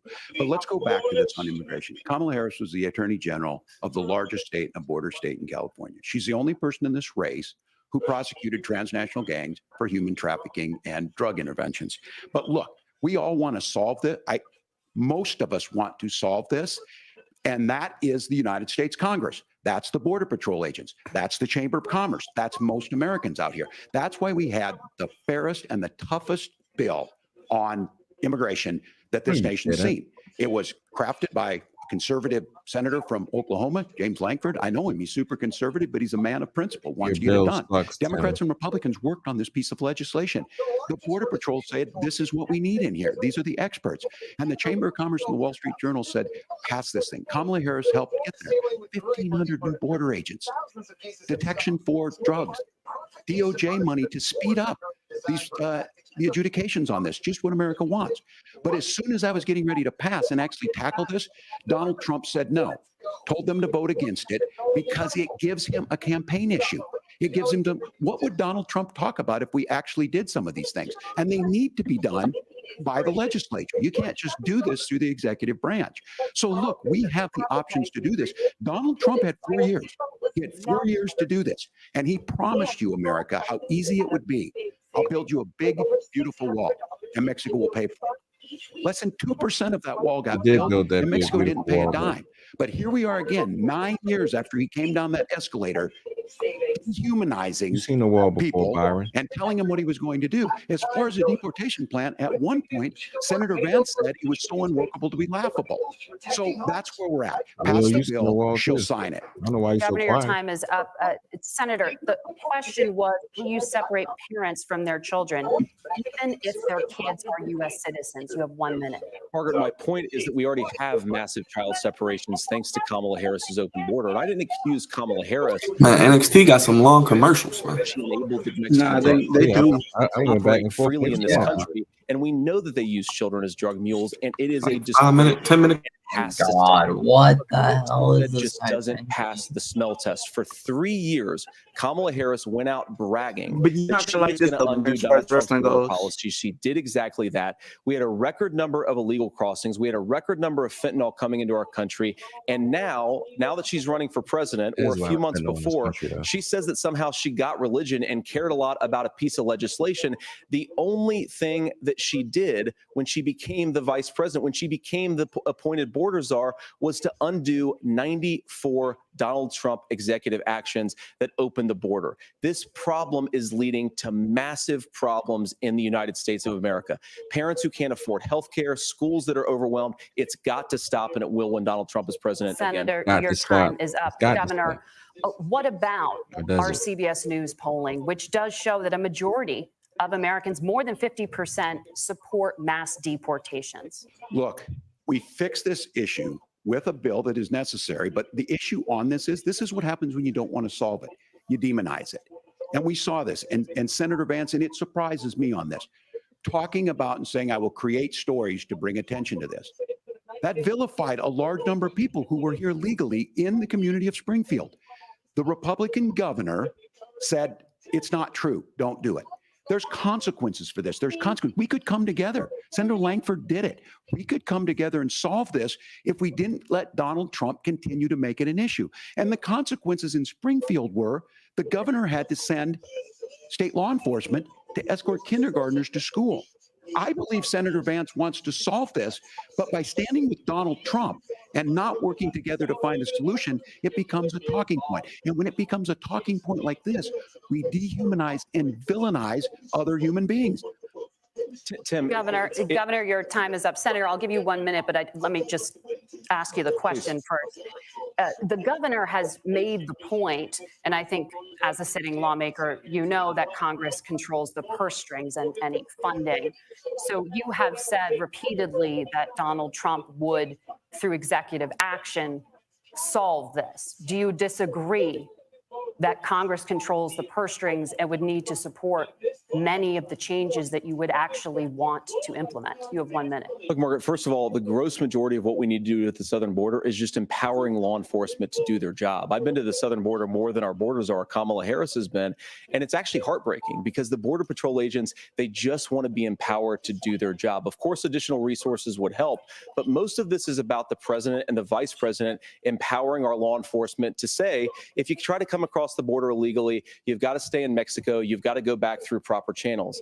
Now, Governor Walz brought up the community of Springfield, and he's very worried about the things that I've said in Springfield. Look, in Springfield, Ohio, and in communities all across this country, you've got schools that are overwhelmed, you've got hospitals that are overwhelmed, you have got housing that is totally unaffordable because we brought in millions of illegal immigrants to compete with Americans for scarce homes. The people that I'm most worried about in Springfield, Ohio, are the American citizens who have had their lives destroyed by Kamala Harris's open border. It is a disgrace, Tim. And I actually think, I agree with you. I think you want to solve this problem, but I don't think that Kamala Harris does. Senator, your time is up. Governor, you have 1 minute to respond. Yeah, well, it is law enforcement that asked for the bill. They helped craft it. They're the ones that supported it. That's because they know we need to do this. Look, this issue of continuing to bring this up, of not dealing with it, of blaming migrants for everything. On housing, we could talk a little bit about Wall Street speculators buying up housing and making them less affordable. Yeah, we're definitely getting a big babyface win or something tonight. Look, this we're being bill a lot of also heels winning tonight. gives the money necessary to adjudicate. I agree. It should not take 7 years for an asylum claim to be done. This bill gets it done in 90 days.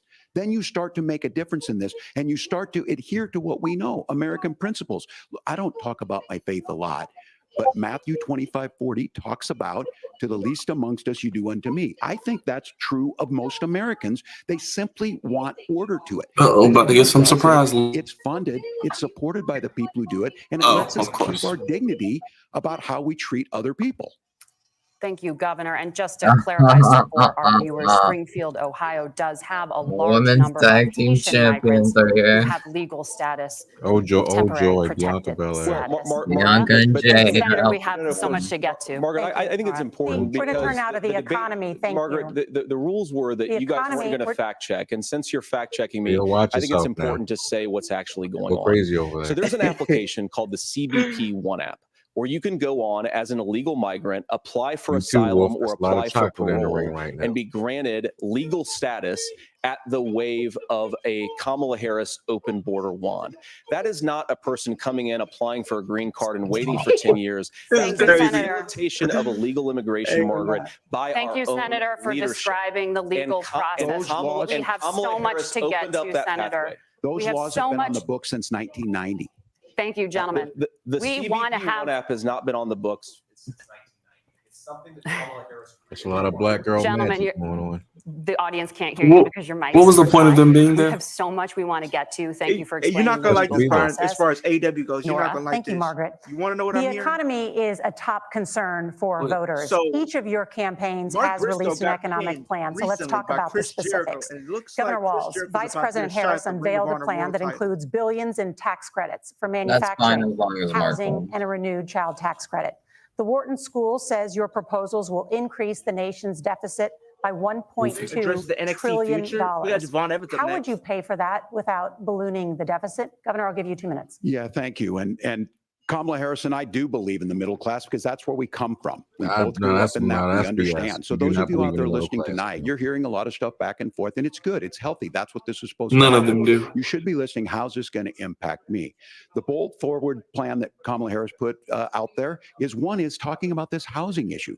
The one thing is there's 3 million new houses proposed under this plan with down payment assistance on the front end. You know, that could be A house JD's is brother, much though, more for than like just for an real. asset to be traded He somewhere. does look like It's JD a foundational little to bit. where you're at. Think he looks And like then him, man? making sure that the things you Yeah, buy he every does. day, Kinda does whether a they little be bit. prescription drugs or other things, Kinda does a that there's little. fairness in that. Look, the $35 insulin is a good thing, Might be but it him. costs Might be $5 him. to make insulin. They were charging $800 I mean, he before does this law wear went a into hat all the effect. time. As far as the housing goes, I've seen it in Hey, Minnesota. he got 12% the more little housing salt in and pepper. Minneapolis. Prices went down on rent 4%. It's working. And then making sure tax cuts go to the middle class. $6,000 child tax credit, we have one in Minnesota, reduces childhood poverty by 1/3. We save money in the long run, and we do the right thing for families. And then getting businesses off the ground. The law as it stands right now is $5,000 tax credit for small business, increasing that to $50,000. Now, this is a philosophical difference between us. Donald Trump made a promise, and I'll give you this. He kept it. He took folks to Mar-a-Lago, said, "You're rich as hell, I'm gonna give you a tax cut." He gave the tax cuts that predominantly went to Did the he say top he class. kept the What promise? happened, though, Really? was an $8 trillion increase in the national debt, the largest ever. Yes. Now he's proposing a 20% consumption or sales tax on everything we bring in. Everyone agrees, including businesses, it would be destabilizing it, it would increase inflation and potentially lead to a recession. Look, this is simple for you. Where are we going? Kamala Harris has said to do the things she wants to do. We'll just ask the wealthiest to pay their fair share. About you now, When I you think. do that, our system works best, more people are participating in it, and folks have the things that they need. Senator, I want to give you a moment to respond on that. But similarly, the Wharton School has done an analysis of the Trump plan and says it would increase the nation's deficit by $5.8 trillion. My question is the same for you. How do you Oh pay for boy, all you that see Emergency without Awesome's diluting the deficit? review I'll give you about 2 Joker. minutes. He put what Well, the first of he all, said what you're going to bad? hear a Is it lot bad? from Tim Walz this evening, and you It's just heard it in terrible the from answer. what A I've heard. lot of what Kamala be Harris bad? proposes to do, It's terrible. and some of it, I'll Not be bad, honest with you, terrible. it even sounds pretty Like, good. they Here's completely what you shit at won't the hear bed, is that Kamala Harris making has it sound already Is it done because they're it doing the because goofy she's stuff been like I the said, vice like president singing for and 3.5 dancing? years. She had the opportunity probably to enact that, but all they of said these it's great pointless. policies, and what she's actually done instead I'm gonna is check out his drive the review. cost of food But higher he's by not the only person that's 25%, saying it though. drive the cost of housing higher by about 60%, He should have never open made a the sequel American to that. southern That's the border, case. and make middle-class life They wanted unaffordable for a large number of the money. Americans. If Kamala Harris has such great plans for how to address middle-class problems, then she ought to do them now. Oh Not when boy. asking for a promotion, but in the job the American people gave And her you know, three Emergency and a half Awesome years never ago. says that. And the fact that she isn't It's gotta tells be you a bad. lot about He says how that. much you can trust her actual plans. Now, Donald Trump's economic plan is not just a plan, but it's Leo, why you also look a like that? record. A lot of those same economists looking at attack Donald JD, Trump's man. plans, and they have PhDs, but they don't have common sense and they don't have wisdom, because Donald Trump's economic policies delivered the highest take-home pay in a generation in this country, 1.5% inflation, and to boot, peace and security all over the world. So when people say that Donald Trump's economic plan doesn't make sense, I say, look at the record. He delivered rising take-home pay for American workers. Now, Tim admirably admits That is that true. they He want to has undo the done Trump tax cuts. But if you look at what was so different about Donald Trump's tax cuts, even from previous Republican tax cut plans, is that a lot of those resources went to giving more take-home pay to middle-class and working-class Americans. It was passed in 2017, and you saw an American economic boom unlike we've seen in a generation in this country. That is a record that I'm proud to run on, and we're going to get back to that common sense wisdom so that you can afford to live the American dream again. I know a lot of you are struggling. I know a lot of you are worried about paying the bills. It's going to stop when Donald Trump brings back common sense to this country. Governor, do you want to respond to that? What has Kamala Harris done for the middle Hey, class? this could be a good Kamala match Harris's versus day Javon. one was Donald Randy? Trump's failure on COVID that led to the collapse of our economy. We were already before COVID in a manufacturing recession, but 10 million people out of work, largest percentage since the Great Depression. 9 million jobs closed on that. That was day one. Whether it was the Infrastructure Act or other things we moved. Now, you made a question about experts, said this. I've made a note of this. Economists can't be trusted. Science can't be trusted. National security folks can't be trusted. Look, if you're going to be president, Randy Orton you don't have all the answers. Donald Trump believes he does. My pro tip of the day is Yeah, this. Randy is If you fighting need Javon, heart surgery, listen to next the week. people at the Mayo Clinic in Rochester, Minnesota, not Donald Trump. Maybe and the Javon same thing wins goes with this. as And a I way of ask you kinda like out putting him there, over. teachers, nurses, truck drivers, whatever. How is it fair that you're paying your taxes every year and Donald Trump hasn't paid any federal tax in the last 15 years? And the last year as president. That's what's wrong with the system. Because there's a way Donald Trump, around Tim. it, and he's bragged about that. We're just asking for fairness in it, and that's all you want. You have a minute. Governor, you say trust the experts. But those same experts for 40 years said that if we shipped our manufacturing base off to China, we'd get cheaper goods. They lied about that. They said if we shipped our industrial base off to other countries, to Mexico and elsewhere, it would make the middle class stronger. They were wrong about that. They were wrong about the idea that if we made America less self-reliant, less productive in our own nation, that it would somehow make us better off, and they were wrong Really? about They made a it. And for the six-woman first tag for time next in a week? generation, Donald Trump So we'll had be the back on wisdom NXT next and the week. courage to Enjoy. say to that bipartisan consensus, we're not doing it anymore. We're bringing American manufacturing back. We're unleashing American energy. We're going to make more of our own stuff. And this isn't just an economic issue. I mean, I've got 3 beautiful little kids at home, 7, 4, and 2, and I love them very much, and I hope they're in bed right now. But look, so many Good night, of the JB. drugs, the pharmaceuticals that we put in the bodies of our children are manufactured by nations that hate us. This has to stop. And we're not going to stop it by listening to experts. We're going to stop it by listening to common sense wisdom, which is what Donald Trump governed on. Senator, your time is up. Governor Walz, can you address that? I mean, voters say they trust Donald Trump on the economy more. Why? Well, if you're listening tonight and you want billionaires to get tax cuts, you heard what the numbers were. Look, I'm a union guy on this. I'm not a guy who wanted to ship things overseas, but I understand that, look, we produce soybeans and corn. We need to have fair trading partners. They That's better something that come we up with a believe great in. way to I think the capitalize thing this that off. most concerns me on this is Donald Trump was the guy who created the largest trade deficit in American history with China. So the rhetoric is good. Much of what the senator said right there, I'm in agreement with him on this. I watched it happen too. I watched it to my communities, and we talked about that. But we had people undercutting the right to collectively bargain. We had right to work states made it more difficult. We had companies that were willing to ship it over, and we saw people profit. Folks that are venture capital in some cases, putting money into companies that were overseas. We're in agreement that we bring those home. The issue is Donald Trump is talking about it. Kamala Harris has a record, 250,000 more manufacturing jobs just out of the IRA. May I respond to that? Yes. So appreciate that. So if you notice, what Governor Walz just did is he said, first of all, Donald Trump has to listen to the experts. And then when he acknowledged that the experts screwed up, he said, well, Donald Trump didn't do nearly as good of a job as the statistics No, that's a gross show generalization. that he did.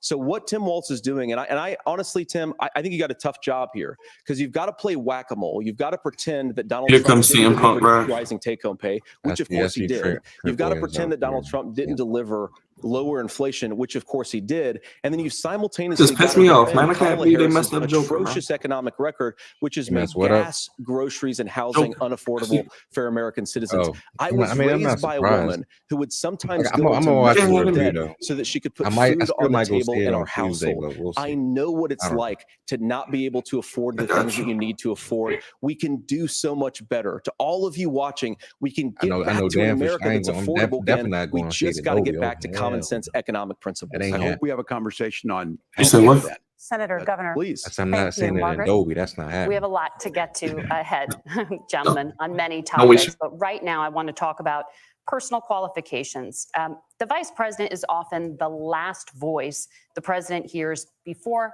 making consequential decisions. We want to ask you about your leadership qualities. Governor Walz, you said you were in Hong Kong during the deadly Tiananmen Square protests in the spring of 1989. But Minnesota Public Radio and other media outlets are reporting that you actually didn't travel to Asia until August of that year. Can you explain that discrepancy? Your 2 Yeah, minutes. well, and to the folks out there who didn't get at the top of this, look, I grew up in small rural Nebraska, town of 400, town that you rode your bike with your buddies till the streetlights come on, and I'm proud of that service.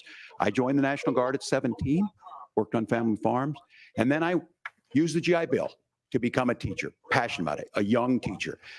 My first year out, I got the opportunity in the summer of '89 to travel to China.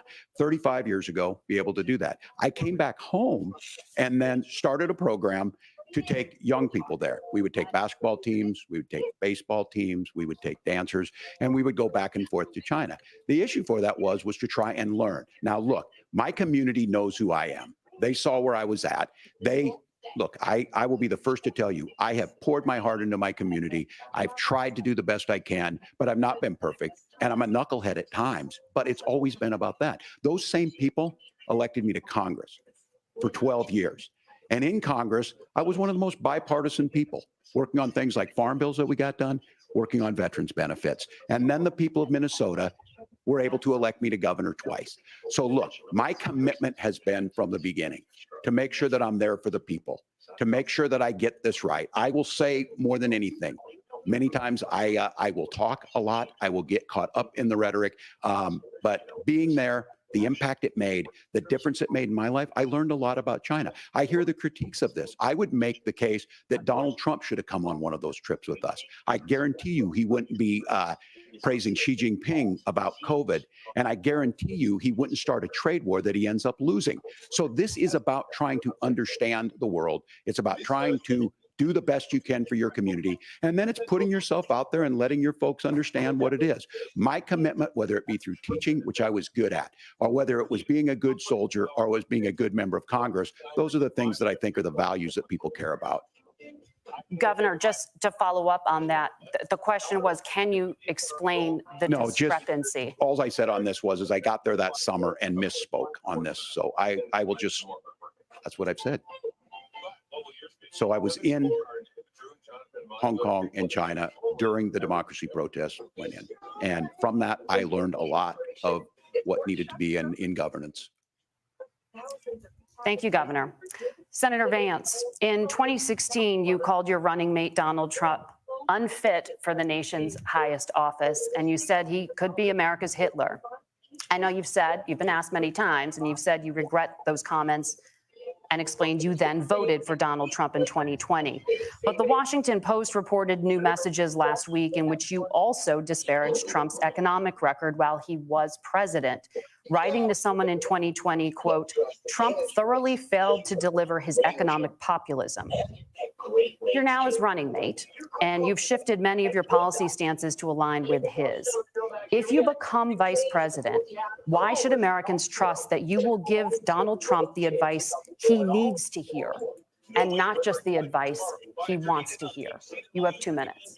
Well, first of all, Margaret, because I've always been open. And sometimes, of course, I've disagreed with the president, but I've also been extremely open about the fact that I was wrong about Donald Trump. I was wrong, first of all, because I believed some of the media stories that turned out to be dishonest fabrications of his record. But most importantly, Donald Trump delivered for the American people. Rising wages, rising take-home pay, an economy that worked for normal Americans, a secure southern border, a lot of things, frankly, that I didn't think he'd be able to deliver on.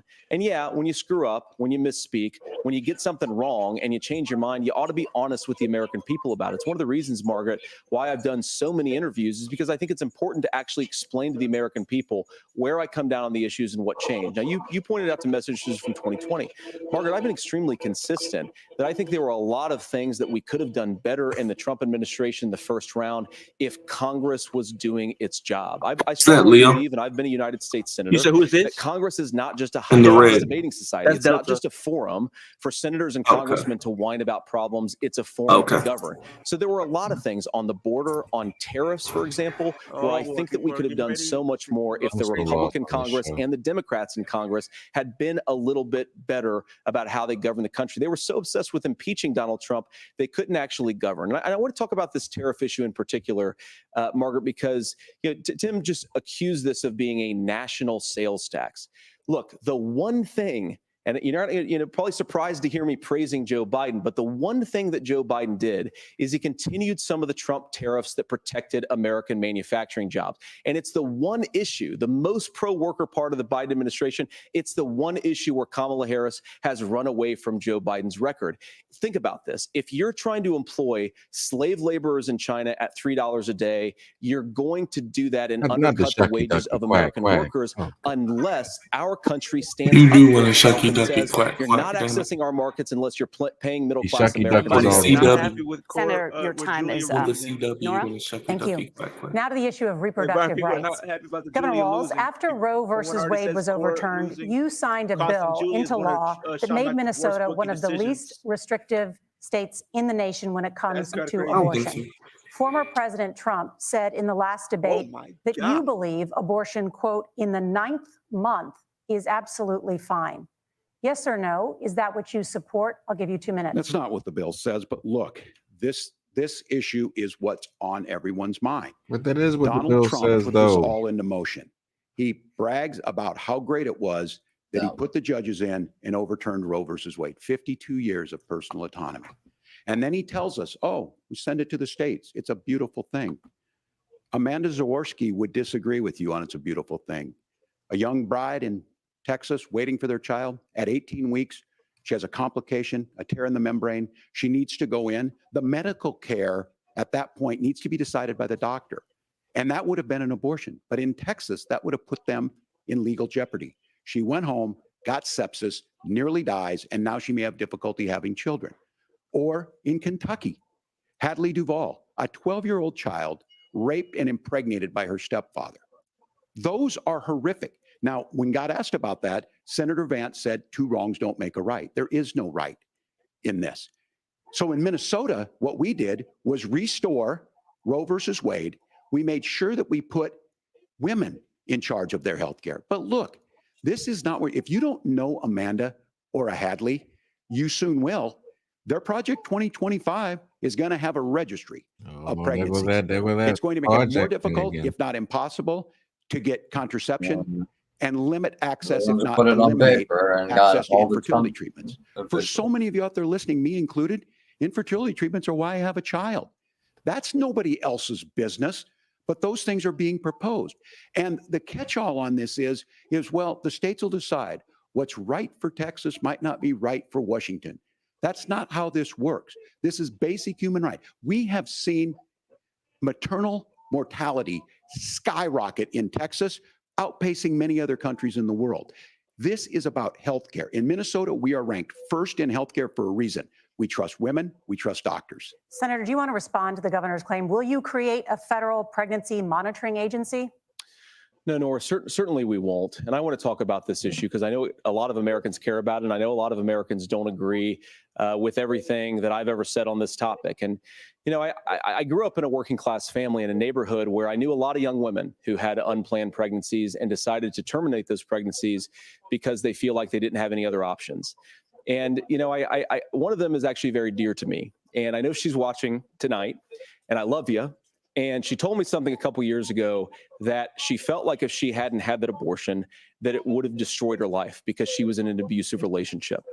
And I think that what I take from that as a Republican who proudly wants to protect innocent life in this country, who proudly wants to protect the vulnerable, is that my party, we've got to do so much better of a job at earning the American people's trust back on this issue where they frankly just don't trust us. And I think that's one of the things that Donald Trump and I are endeavoring to do.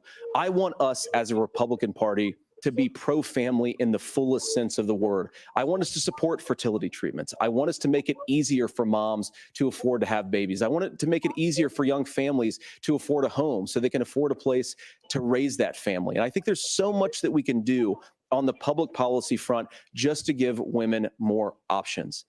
Now, of course, Donald Trump has been very clear that on the abortion policy specifically, that we have a big country and it's diverse. And California has a different viewpoint on this than Georgia. Georgia has a different viewpoint from Arizona. And the proper way to handle this, as messy as democracy sometimes is to let voters make these decisions, let the individual states make their abortion policy. And I think that's what makes the most sense in a very big, a very diverse, and let's be honest, sometimes a very, very messy and divided country. Governor, would you like to respond and also answer the question about restrictions? Yeah, well, the question got asked and Donald Trump made the accusation that wasn't true about Minnesota. Well, let me tell you about this idea that there's diverse states. There's a young woman named Amber Thurman. She happened to be in Georgia, a restrictive state. Because of that, she had to travel a long distance to North Carolina to try and get her care. Amber Thurman died in that journey back and forth. The fact of the matter is, how can we as a nation say that your life and your rights, as basic as the right to control your own body, is determined on geography? There's a very real chance had Amber Thurman lived in Minnesota, she would be alive today. That's why the restoration of Roe versus Wade. When you listen to Vice President Harris talk about this subject and you hear me talk about it, you hear us talking exactly the same. Donald Trump is trying to figure out how to get the political right of this. I agree with a lot of what Senator Vance said about what's happening. His running mate, though, does not, and that's the problem. Governor, your time is up. Senator, let me ask you about that. He mentioned, it was, I think, referring to a national ban. In the past, you have supported a federal ban on abortion after 15 weeks.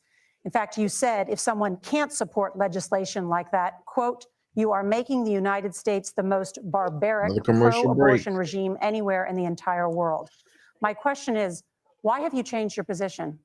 Well, Nora, first of all, I never supported a national ban. I did when I was running for Senate in 2022 talk about setting some minimum national standard. For example, we have a partial birth abortion ban in place in this country at the federal level. I don't think anybody's trying to get rid of that, or at least I hope not, though I know that Democrats have taken a very radical pro-abortion stance. But Nora, one of the things that changed is in Ohio, we had a referendum in 2023, and the people of Ohio voted overwhelmingly, by the way, against nothing different than before, and I think really. what I learned from that, Nora, is that we've got to do a better job at winning back people's trust. So many young women would love to have families. So many young women also see unplanned pregnancy as something that's going to destroy their livelihood, destroy their education, destroy their relationships. And we have got to earn people's trust at least Leo likes and it. that's why Donald Trump and I are committed to pursuing pro-family policies, making childcare more accessible, making fertility treatments more accessible, because we've got to do a better job. No, you know, D and Dre going to shill it. Governor, your response. I'm going to respond on the pro-abortion piece of that. No, we're not. We're pro-women. We're pro-freedom to make your own choice. We know what the implications are to not be that. Women having miscarriages, women not getting the care, physicians feeling like they may be prosecuted for providing that care. And as far as making sure that we're educating our children and giving them options, Minnesota's a state with one of the lowest teen pregnancy rates. We understand that too. We know that the options need to be available, and we make that true. We also make it, we're a top 3 state for the best place to raise children. But these two things, to try and say that we're pro-children, but we don't like this, or you guys are pro-abortion, that's not the case at all. We are pro-freedoms for women to make their choices, and we're going, and Kamala Harris is making the case, to make options for children more affordable, a $6,000 child tax credit, but we're not going to base that on the backs of making someone like Amber Thurman drive 600 miles to try and get health care. Senator? May I respond to that? First of all, Governor, I agree with you. Amber Thurman should still be alive, and there are a lot of people who should still be alive, and I certainly wish that she was. Them being classy and maybe to each other. You're free to disagree with me on this and explain this to me, but as I read the Minnesota law that you signed into law, the statute that you signed into law, it says that a doctor who presides over an abortion where the baby survives, the doctor is under no obligation to provide life-saving care to a baby who survives a botched late-term abortion. That is, I think, whether you're pro-choice or pro-abortion, that is fundamentally barbaric. And that's why I use that word, Nora, is because some of what we've seen, do you want to force Catholic hospitals to perform abortions against their will? Because Kamala Harris has supported suing Catholic nuns to violate their freedom of conscience. We can be a big and diverse country where we respect people's freedom of conscience and make the country more pro-baby and pro-family. But please. Yes, Governor, please respond. Look, this is one where there's always something there. This is a very simple proposition. These are women's decisions to make about their healthcare decisions, and the physicians who know best when they need to do this. Trying to distort the way a law is written to try and make a point, that's not it at all. What was I wrong about, Governor? Please tell me, what was I wrong about? That is not the way the law is written. Look, I've given I've given this advice on a lot of things, that getting involved, that's been misread, and it was fact-checked at the last debate. But the point on this is there's a continuation of these guys to try and tell women or to get involved. I use this line on this, just mind your own business on this. Things worked best when Roe versus Wade was in place. When we do a restoration of Roe, that works best. That doesn't preclude us from increasing funding for children. It doesn't increase us from making sure that once that child's born, like in Minnesota, they get meals, they get early childhood education, they get health care. So the hiding behind we're going to do all these other things when you're not proposing them in your budget, Kamala Harris is proposing them. She's proposing all those things to make life easier for families. I asked a specific question, Governor. You gave me a slogan as a response. It's not the case. It's not true. That's not what the law says. So they fact-checked it with President Trump. Gentlemen, there's a lot to discuss. We have to move on, and we're going to be right back with much more of the CBS News vice presidential debate in just a moment. Interesting.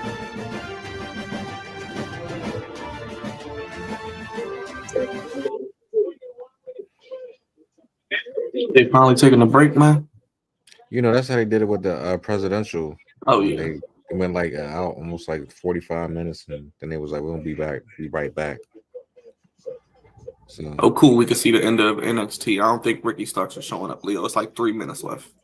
Yeah. Well, NXT ends at 9:08 usually. Oh, they gotta run overrun. but Yeah, they because have a run NXT's over. been having like 8-minute overrun a lot of the time, so they might have an 8-minute This says overrun. it says we're in at 10. So I don't think we have no 8-minute overrun. Because it's on It network. is the CW, so I don't know what that means though. Yeah, it's We on have network anything coming television. on It's not NXT? the USA Network.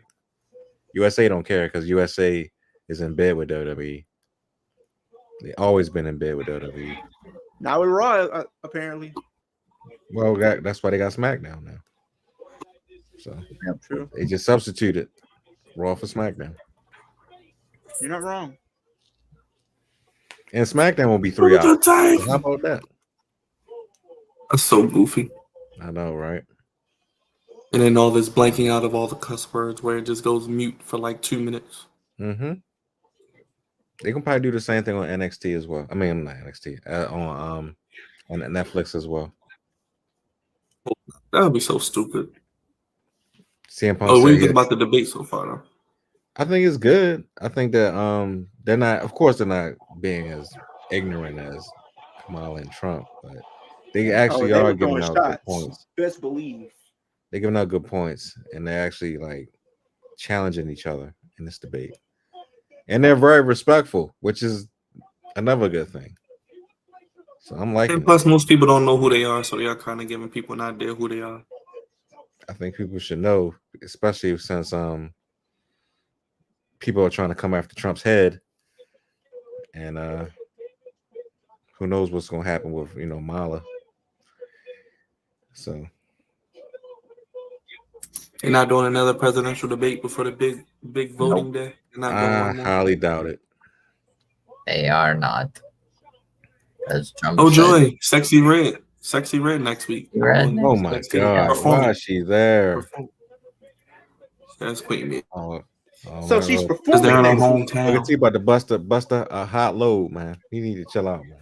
She's You're gonna too be old for this. performing live next week. Oh, I see Queen is having fun. I knew you'd You gotta get Dre on there for sure. Always do, my brother. Yeah, his girl will be performing next week. Ridiculous. I guess she needs the money though, so they pay her enough. She'll coon out. I mean, guess. what she need the money for? Is her rapper career not working out? She's a buffoon, Leo. She's just there to buffoon and coon on NXT. And twerk. That's it. That's The fact that she's buffooning is. performing and taking away time from talent is the goofy part. Point noted. She's the female version of that Boondocks character. Not Magnificent. Yes, Thugnificent. Yes, there you go. For a second, I thought you was about to talk about the one that was supposed to be like a prostitute or like a stripper. What happened? You know what the character that she was like a side character for like one of the episodes. She was like a stripper, like the white girl. Just hoes coming for dinner. That episode. Yeah, I thought she was referring to Sexy Red as that. Pretty much. No. She's a rapper, so she's a female version of Thugnificent. Maybe they are getting an overrun because it's like 2 minutes left and they still wrestling. They might. We'll see. Yeah, because you're not just gonna have her win the title and then All right, boom, the show goes on. these gentlemen are back on. So let me continue. Oh joy. Yeah, we'll see how NXT ends. I guess they're getting an overrun though. I guess they are. Queen Me, I guess, has been solid. I don't really care. Is buy firearms. Senator Vance, you oppose most gun legislation that Democrats claim would curb gun violence. You oppose red flag gun laws and legislation to ban certain semi-automatic rifles, including AR-15s. So let me ask you, earlier this year, for the first time, the parents of a school shooter were convicted of involuntary manslaughter. Yeah, we've seen her, Queen Mia. Do you think holding parents responsible could curb mass shootings? I'll give you 2 minutes. Yeah, well, no, on that particular case, I don't know the full details, but I certainly trust local law enforcement and local authorities to make those decisions. I think in some cases the Let's answer is going to go. be yes, and in some cases the answer is going to be no. And the details really matter here, of course. For example, if a kid steals a gun, that's going to be different than if a parent hands over a gun knowing that their kid is potentially dangerous. But look, I want to just sort of speak as a father of 3 beautiful little kids, and our oldest is now in 2nd grade. And like a lot of parents, we send our kids to school with such hope and such joy and such pride at their little faces on the first day of school. And we know, unfortunately, that a lot of kids are going to experience this terrible epidemic of gun violence. And of course, our hearts go out to the families that are affected by this terrible stuff. And we do have to do better. And I think that Governor Walz and I actually probably agree that we need to do better on this. The question is just, how do we actually do it? Now, here's something that really bothers me and worries me about this epidemic of violence. The gross majority, close to 90% in some of the statistics I've seen, of the gun violence in this country is committed with illegally obtained firearms. And while we're on that topic, we know that thanks to Kamala Harris's open border, we've seen a massive influx in the number of illegal guns run by the Mexican drug cartels. Okay, show. So that I mean, number, the amount of illegal guns in our country is higher today than it was 3.5 years ago. What do we do about the schools? What do we do to protect our kids? And I think the answer is, and I say this not loving the answer, because I don't want my kids to go to school in a school that feels unsafe or where there are visible signs of security. But I unfortunately think that we have to increase security in our schools. We have to make the doors lock better. We have to make the doors stronger. We've got to make the windows stronger. And of course, we've got to increase school resource officers, because the idea that we can magically wave a wand and take guns out of the hands of where does Julia go from here after losing? What will Roxanne have to say? What does her story look like? Who's potentially going to be stepping up next for that title, and who can potentially be the one to take the title? So I'm looking forward to seeing how they do with that. But yeah, it was a 3 out of 5 show for me. Playing volleyball. Those things don't leave you. As a member of Congress, I sat in my office surrounded by dozens of the Sandy Hook parents. From what I've seen, it was a pretty good show. Well, from the last couple matches I've seen, they were pretty good. But NXT is going to be NXT, and I probably won't watch. But it does. At least they're in arenas. I will say that. I'm glad they're expanding to arenas. I'm not sure if that's going to be the norm. But yeah, hopefully it is. Just through next week. Just through next week. Because the sexy one is coming through. That's why they're gonna go to another arena next week. Yes, and I think pay-per-views, but yes. This is a good start to the conversation. I 100% believe that they should do fine on it. They should do fine on the CW though. And it breaks your heart. I agree with that. But that's not. Yeah, I can see them doing that. When we know there are things that work. I've spent time in Finland and seen some Finnish schools. They don't have this happen, even though they have a high gun ownership rate in the country. There are reasonable things that we can do to make a difference. It's not infringing on your Second Amendment. And the idea to have some of these weapons out there, it just doesn't make any sense. Kamala Harris, as an attorney general, worked on this issue. She knows that it's there. No one's trying to scaremonger and say we're taking your guns, but I ask all of you out there. You can't have my gun. Do you want your schools hardened to look like a fort? Is that what we have to go? When we know there's countries around the world that their children aren't practicing these types of drills. They're being kids. We owe it to them to get a fix. These are things that shouldn't be that difficult. You can still keep your firearms, and we can make a difference. We have to. If you're listening tonight, this breaks your heart. Senator. Tim, first of all, I didn't know that your 17-year-old witnessed a shooting. I'm sorry about that, and I hope that he's doing okay. Christ have mercy. It is awful. And I appreciate what Tim said actually about Finland, because I do think it illustrates some of the frankly weird differences between our own country's gun violence problem and Finland. Is okay. First of all, we have way higher rates of mental health abuse or mental health substance abuse. We have way higher rates of depression, way higher rates of anxiety. We unfortunately have a mental health crisis in this country that I really do think that we need to get to the root causes of, because I don't think it's the whole reason why we have such a bad gun violence problem, but I do think it's a big piece of it. Another driver of the gun violence epidemic, especially that affecting our kids, it doesn't earn as many headlines, but is the terrible gun violence problem in a lot of our big cities. And this is why we have to empower law enforcement to arrest the bad guys, put them away, and take gun offenders off the streets. I think there's a whole host of things that we can do here, but I do think at our schools, we've got to talk about more security. Senator, thank you. Governor, you previously opposed an assault weapons ban, but only later in your political career did you change your position. Why? Yeah, I sat in that office with those Sandy Hook parents. I've become friends with school shooters. I've seen it. Look, the NRA, I was the NRA guy for a long time. They used to teach gun safety. I'm of an age where my shotgun was in my car so I could pheasant hunt after football practice. That's not where we live today. And several things I want to mention on this is talking about cities and where it's at. The number one where the most firearm deaths happen in Minnesota are rural suicides. And we have an epidemic of children getting guns and shooting themselves. And so we have, and we should look at all of the issues, making sure folks have health care and all that. But I want to be very careful. This idea of stigmatizing mental health, just because you have a mental health issue doesn't mean you're violent. And I think what we end up doing is we start looking for a scapegoat. Sometimes it just is the guns. It's just the guns. And there are things that you can do about it. But I do think that this is one, and I think this is a healthy conversation.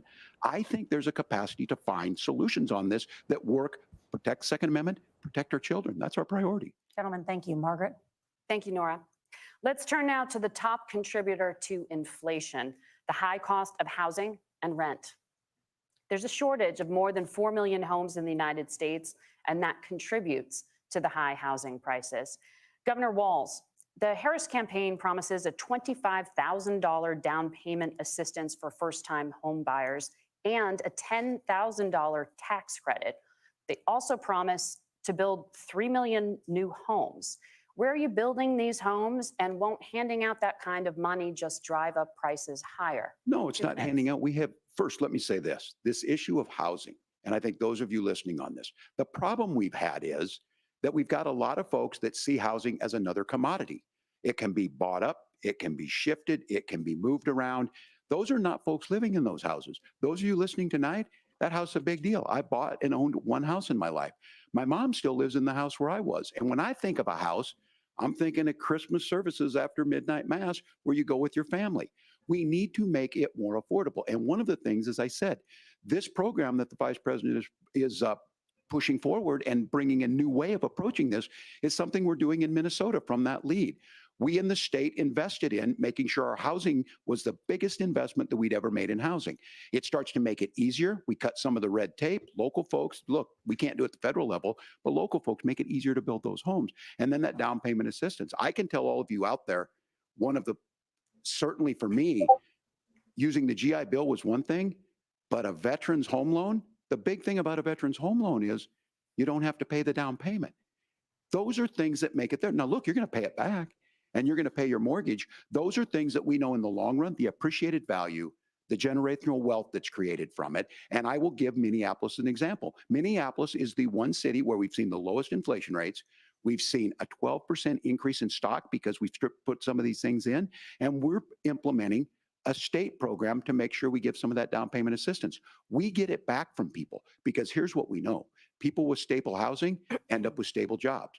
People with stable housing have their kids able to get to school. All of those things in the long run end up saving our money. And that's the thing that I think we should be able to find some common ground in, but we can't blame immigrants for the only reason. That's not the case that's happening in many cities. The fact of the matter is that we don't have enough naturally affordable housing, but we can make sure that the government's there to help kickstart it, create that base. Governor, your time is up. Senator Vance, as far as your campaign position, the promise is to seize federal lands to build homes, remove regulation, provide tax breaks, and cut back on immigration, which you say pushes up prices. How long is it supposed to be going? Where are you going to build?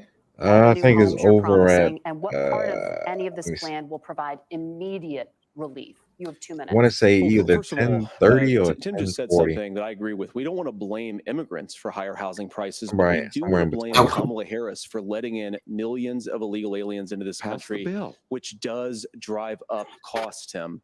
25 million illegal aliens competing with Americans for scarce homes is one of the most significant drivers of home prices in the country. It's why we have massive increases in home prices that have happened right alongside massive increases in illegal alien populations under Kamala Harris's leadership. Now, Tim just mentioned some Orioles, Byron.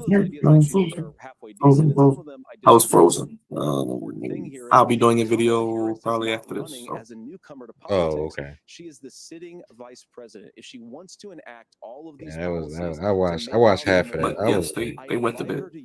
I was like, what are you? I was like, y'all gonna do exactly the same thing y'all did last year? Are you serious? Not even one run. Not even one. The American dream of homeownership completely unaffordable. Now you asked Margaret, what would can't even score one run. He got a perfect, almost a perfect game from Corbin Burns, and this is what you do. The biggest drivers of housing costs nothing. From illegal immigration. And that might be his last time pitching for the Orioles. So that's probably gone. Yeah, because that's right. He's a free agent, ain't he? Yes. So if we lose, he's probably gone. Open up American energy. So are they going to pay him $200 million? Probably not. 300 million? Probably not. Not, by the way, just in housing, but we'll be needing more pitching. Goods too. I highly doubt Senator it. Vance, you still have 23 what a waste. seconds there. Do you want to answer? They better win tomorrow. Governor, we will get to you in a moment. But Senator, where are you going to? I don't know, man. Can you clarify? I think, no I think the pressure's getting to him, man. Being used for anything. They're not being used for national parks. You better figure it out. I don't have faith in them to win 2 in a row. Where we build a lot of housing. I don't have faith in them to win 2 in a row. I don't. Building in this country. They ain't gonna win 2 in a We row. have a lot of land that could be used. We have a lot of Americans that need homes. We should be kicking out illegal immigrants who are look like that at home. And we should be building more homes for the American citizens who deserve to be here. Senator, your time is up. Governor, I do want to let you respond to the allegation that the vice president is letting in Well, of course, that's not migrants. true. And again, you have I don't know what they do in the off season though. They crossings are down. I don't know what they're gonna do. They do go if they do lose tomorrow. I don't know what they're gonna do in the off season. I was going to ask though on this question. I don't know what they're gonna do either. Build houses in the same federal land. And I think when people hear federal land, it's like really important pieces of land. I mean, you got a team that won 100 games the year before, 90 games this year. There's not a lot of it's not like man win a damn playoff game. Right, you can't win a playoff game. I don't understand the federal lands issue unless we see this, and I worry about this. Can't hit. Like I said, even if they do win tomorrow, I don't know if I have confidence in them to win 2 in a row. High pressure games. About 20% of the world's fresh water. These lands protect. They're there for a reason. They belong to all of us. But again, this is when you view housing and you view these things as commodities. There's a chance to make money here. Let's take this federal land and let's sell it to people for that. I think there's better ways to do this. We've seen it in Minnesota. We're able to refurbish some of these houses. We're able to make some investments. That gets people in. And I'm still on the fact on this.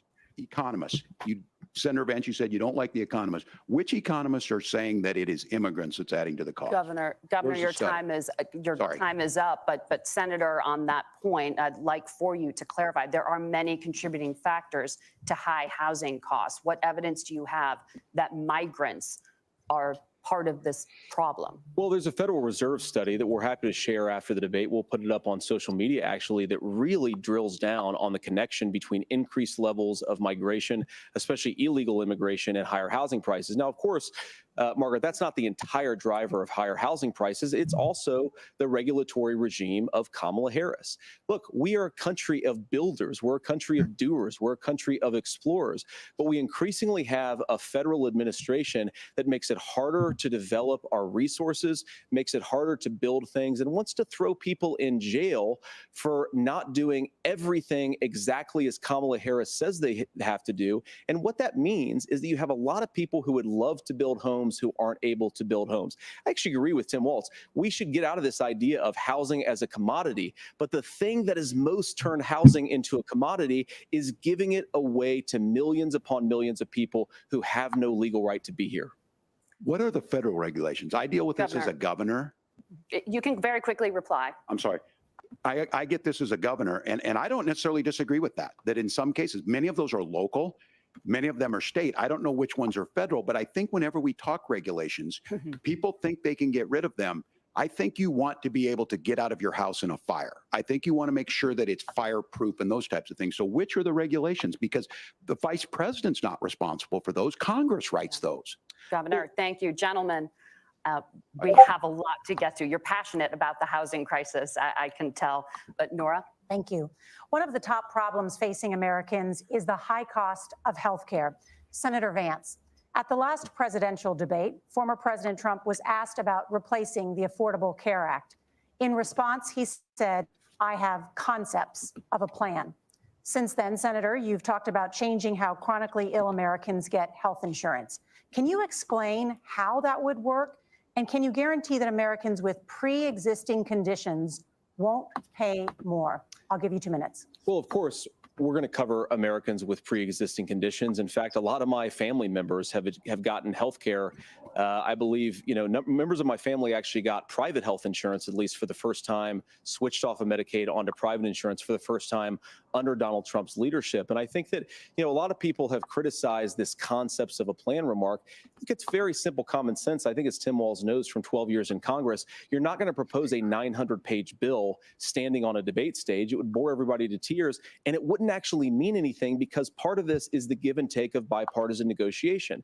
Now, when Donald Trump was actually president, and again, he has a record to be proud of, prescription drugs fell in 2018 for the first time in a very long time. Under Kamala Harris's leadership, prescription drugs are up about 7%. Under Donald Trump's entire 4 years, they were up about 1.5%.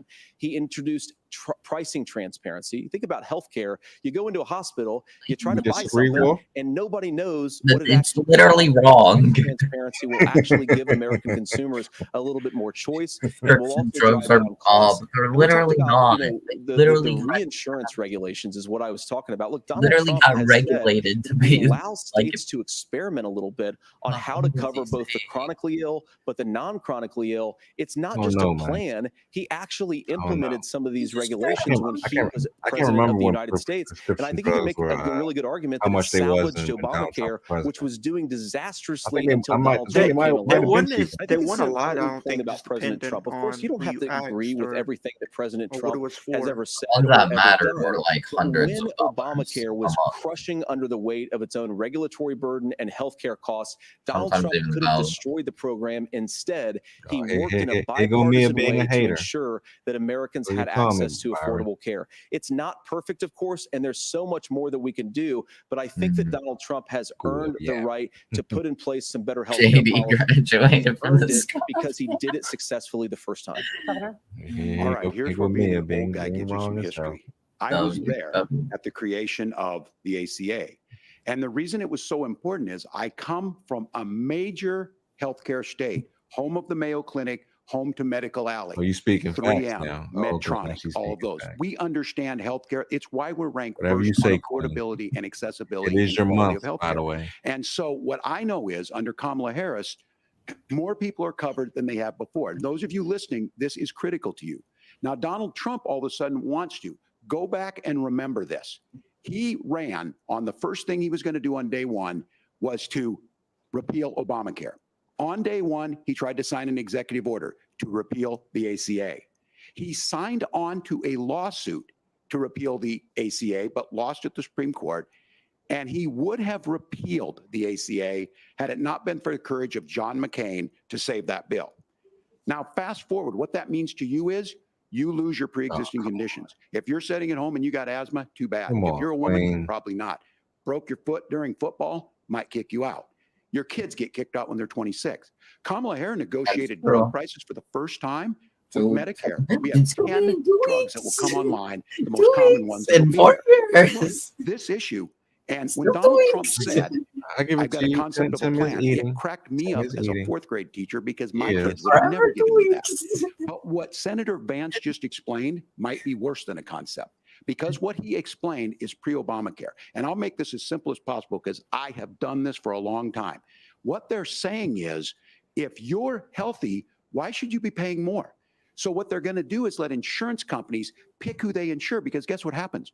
You pay your premium, it's not much. They figure they're not going to have to pay out to you. But those of you a little older, gray, got cancer, you're going to get kicked out of it. That's why the system didn't work. Kamala Harris will protect and enhance the ACA. Will she now? Governor, thank you. Senator, you have Little not yet now. explained how you would protect people with pre-existing Okay. conditions or laid out that plan. Well, look, we currently have laws and regulations in place right now that protect people with pre-existing conditions. We want to keep those regulations in place, but we also want to make the health insurance marketplace function a little bit better. Now, what Governor Walz just said is actually not true. A lot of what happened and the reason that Obamacare was crushing under its own weight is that a lot of young and healthy people were leaving the exchanges. Donald Trump actually helped address that problem, and he did so in a way that preserved people's access to coverage who had pre-existing conditions.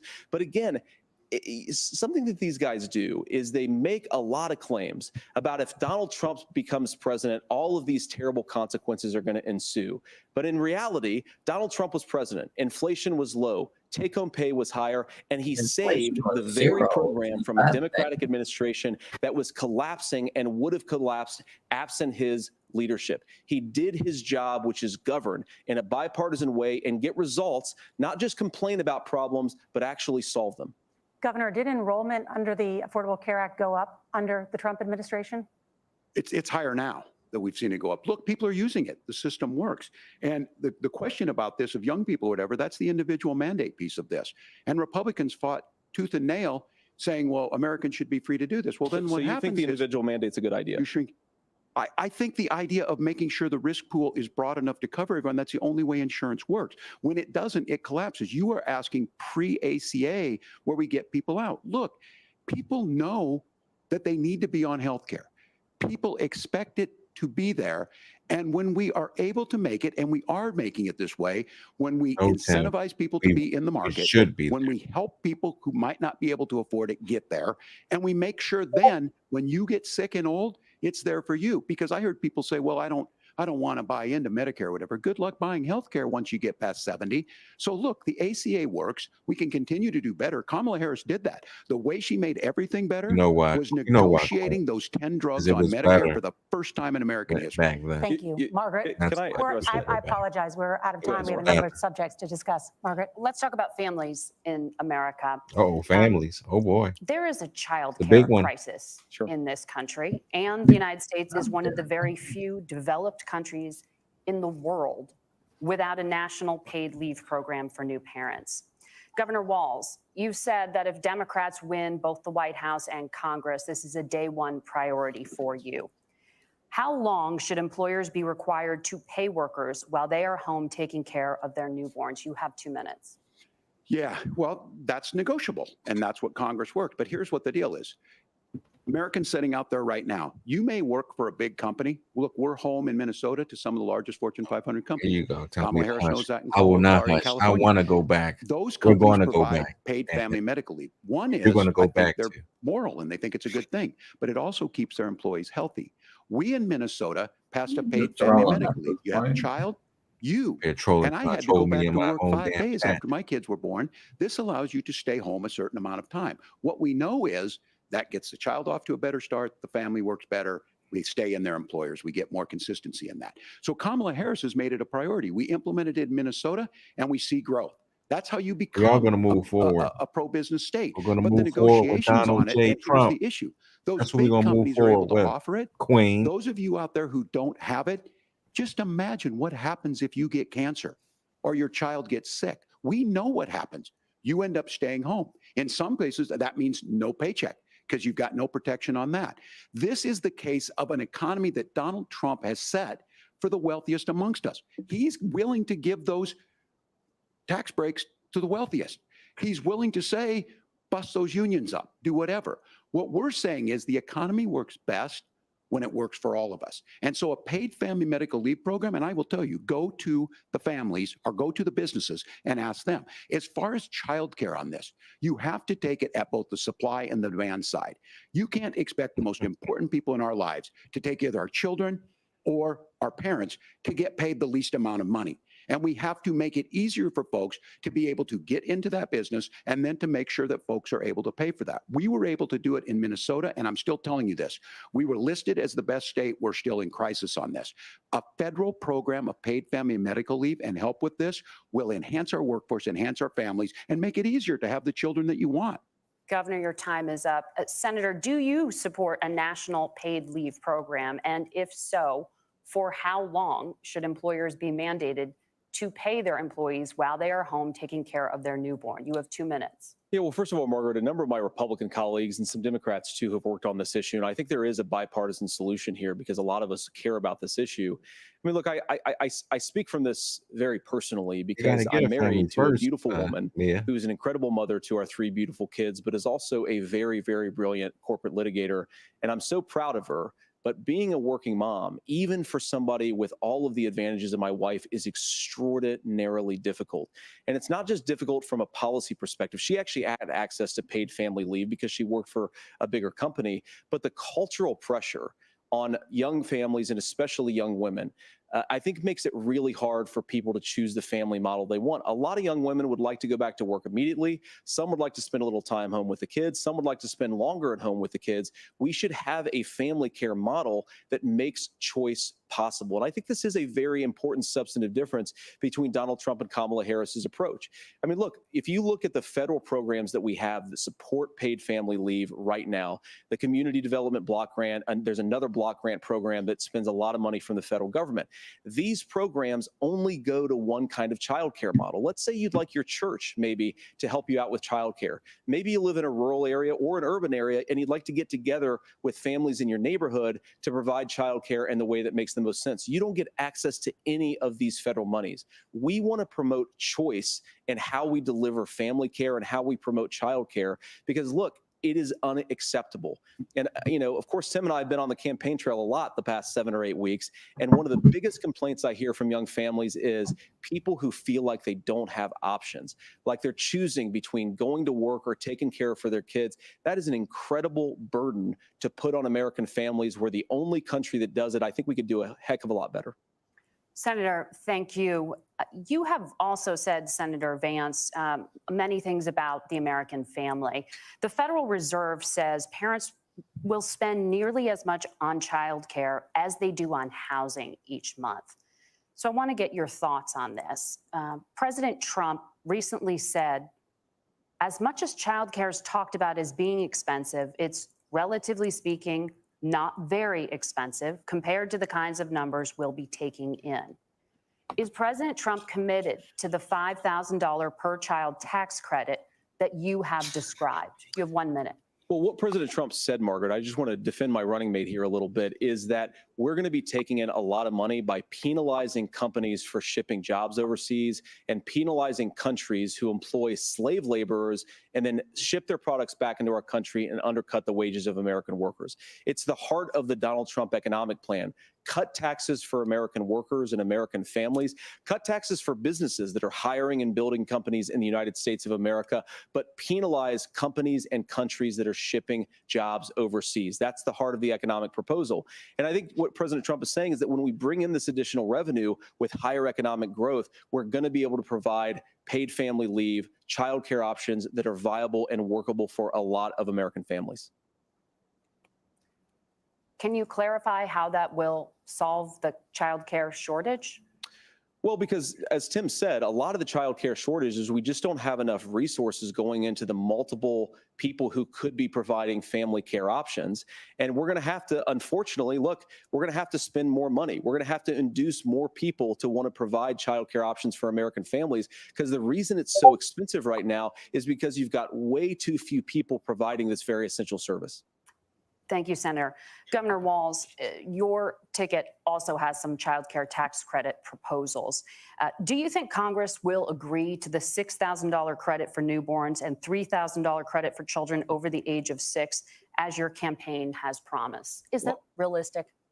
Well, if these members of Congress are listening to anybody, I can tell you, and this is the biggest issue. Everybody listening tonight knows. I mean, I'm sure they were shocked to hear it's not that expensive. And let's be clear, whether it's $5,000 or $6,000, that pays you about 3 or 4 months. Let's be clear of where we're at on this. It's because we got out of an imbalance on this. We thought we were going to get by not paying people. I don't think Senator Vance and I are that far apart. I'm not opposed to what he's talking about on options. We've done scholarship types of things. I think we need to be open to making the case. But the issue here is, the question you asked is, you're not going to pay for it with these tariffs. That's just adding another $4,000 on the family and taking less. So not only do they not get the money to pay for that, they're $4,000 in the hole. That's Wharton School. That's his alma mater. And so I think the issue here is, if those members of Congress, I can't believe they're not here. When I go to businesses, sure, they'll talk about taxes sometime, but they will lead with childcare and they will lead with housing, because we know the problem is, especially in a state like Minnesota, we need more workers because our economy is growing, but we need the workforce. Governor, thank you. We need to move on. Nora? Let's talk about the state of democracy, the top issue for Americans after the economy and inflation. After the 2020 election, President Trump's campaign and others filed 62 lawsuits contesting the results. Judges, including those appointed by President Trump and other Republican presidents, looked at the evidence and said there was no widespread fraud. The governors of every state in the nation, Republicans and Democrats, certified the 2020 election results and sent a legal slate of electors to Congress for January 6th. Senator Vance, you have said you would not have certified the last presidential election and would have asked the states to submit alternative electors. That has been called unconstitutional and illegal. Would you again seek to challenge this year's election results, even if every governor certifies the results? I'll give you 2 minutes. He got cheated. Well, Nora, first of all, I think that we're focused on the future. We need to figure out how to solve the inflation crisis caused by Kamala Harris's policies. I don't give a damn. Make housing affordable, make groceries affordable. She said she's gonna buy you a clown. I hope you realize these jokes. Look, what President Trump has said is that there were problems in 2020, and my own belief is that we should fight about those issues, debate those issues peacefully in the public sphere. That's all I've said, and that's all that Donald Trump has said. Remember, he said that on January the 6th, the protesters ought to protest peacefully. And on January the 20th, what happened? Joe Biden became the president. Donald Trump left the White House. And now, of course, unfortunately, we have all of the negative policies that have come from the Harris-Biden administration. I believe that we actually do have a threat to democracy in this country, but unfortunately, it's not the threat to democracy that Kamala Harris and Tim Walz want to talk about. It is the threat of censorship. It's Americans casting aside lifelong friendships because of disagreements over politics. It's big technology companies silencing their fellow citizens. And it's Kamala Harris saying that rather than debate and persuade her fellow Americans, she'd like to censor people who engage in misinformation. I think that is a much bigger threat to democracy than anything that we've seen in this country in the last 4 years, in the last 40 years. Now, I'm really proud, especially given that I was raised by two lifelong blue-collar Democrats, to have the endorsement of Bobby Kennedy Jr. and Tulsi Gabbard, lifelong leaders in the Democratic coalition. Of course, they don't agree with me and Donald Trump on every issue. We don't have to agree on every issue, but we're united behind a basic American First Amendment principle that we ought to debate our differences. We ought to argue about them. We ought to try to persuade our fellow Americans. Kamala Harris is engaged in censorship at an industrial scale. She did it during COVID. She's done it over a number of other issues. And that, to me, is a much bigger threat to democracy than what Donald Trump said when he said that protesters should peacefully protest on January the 6th. Governor? Peacefully. Well, I've enjoyed tonight's debate, and I think there was a lot of commonality here. And I'm sympathetic to misspeaking on things, and I think I might have with the senator. But me too, man. There's one though that this one is troubling to me, and I say that because I think we need to tell the story. Donald Trump refused to acknowledge this, and the fact is that I don't think we can be the frog in the pot and let the boiling water go up. He was very clear. I mean, he lost this election, and he said he did. 140 police officers were beaten at the Capitol that day. Some with the American flag, several later died. And it wasn't just in there. In Minnesota, a group gathered on the state capitol grounds in St. Paul and said, we're marching to the governor's residence and there may be casualties. The only person there was my son and his dog, who was rushed out crying by state police. That issue, and Mike Pence standing there as they were chanting, hang Mike Pence. Mike Pence made the right decision. So, Senator, it was adjudicated over and over and over. I worked with kids long enough to know, and I said as a football coach, sometimes you really want to win, but the democracy is bigger than winning an election.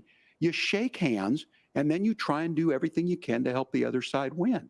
That's what was at stake here. Now, the thing I'm most concerned about is the idea that imprisoning your political opponents, already laying the groundwork for people not accepting this. And a president's words matter. A president's words matter. People hear that. So I think this issue of settling our differences at the ballot box, shaking hands when we lose, being honest about it, but to deny what happened, on January 6th, the first time in American history that a president or anyone tried to overturn a fair election and the peaceful transfer of power. And here we are 4 years later in the same boat. I will tell you this, that when this is over, we need to shake hands this election, and the winner needs to be the winner. This has got to stop. It's tearing our country apart. Margaret? Senator Vance, did you want to respond to that? Yeah, well, look, Tim, first of all, it's really rich for Democratic leaders to say that Donald Trump is a unique threat to democracy when he peacefully gave power on January the 20th, as we have done for 250 years in this country. We are going to shake hands after this debate and after this election. And of course, I hope that we win, and I think we're going to win. But if Tim Walz is the next vice president, he'll have my prayers, he'll have my best wishes, and he'll have my help whenever he wants it. But we have to remember that for years in this country, Democrats protested the results of elections. Hillary Clinton in 2016 said that Donald Trump had the election stolen by Vladimir Putin because the Russians bought like $500,000 worth of Facebook ads. This has been going on for a long time. And if we want to say that we need to respect the results of the election, I'm on board. But if we want to say, as Tim Walz is saying, that this is just a problem that Republicans have had, I don't buy that.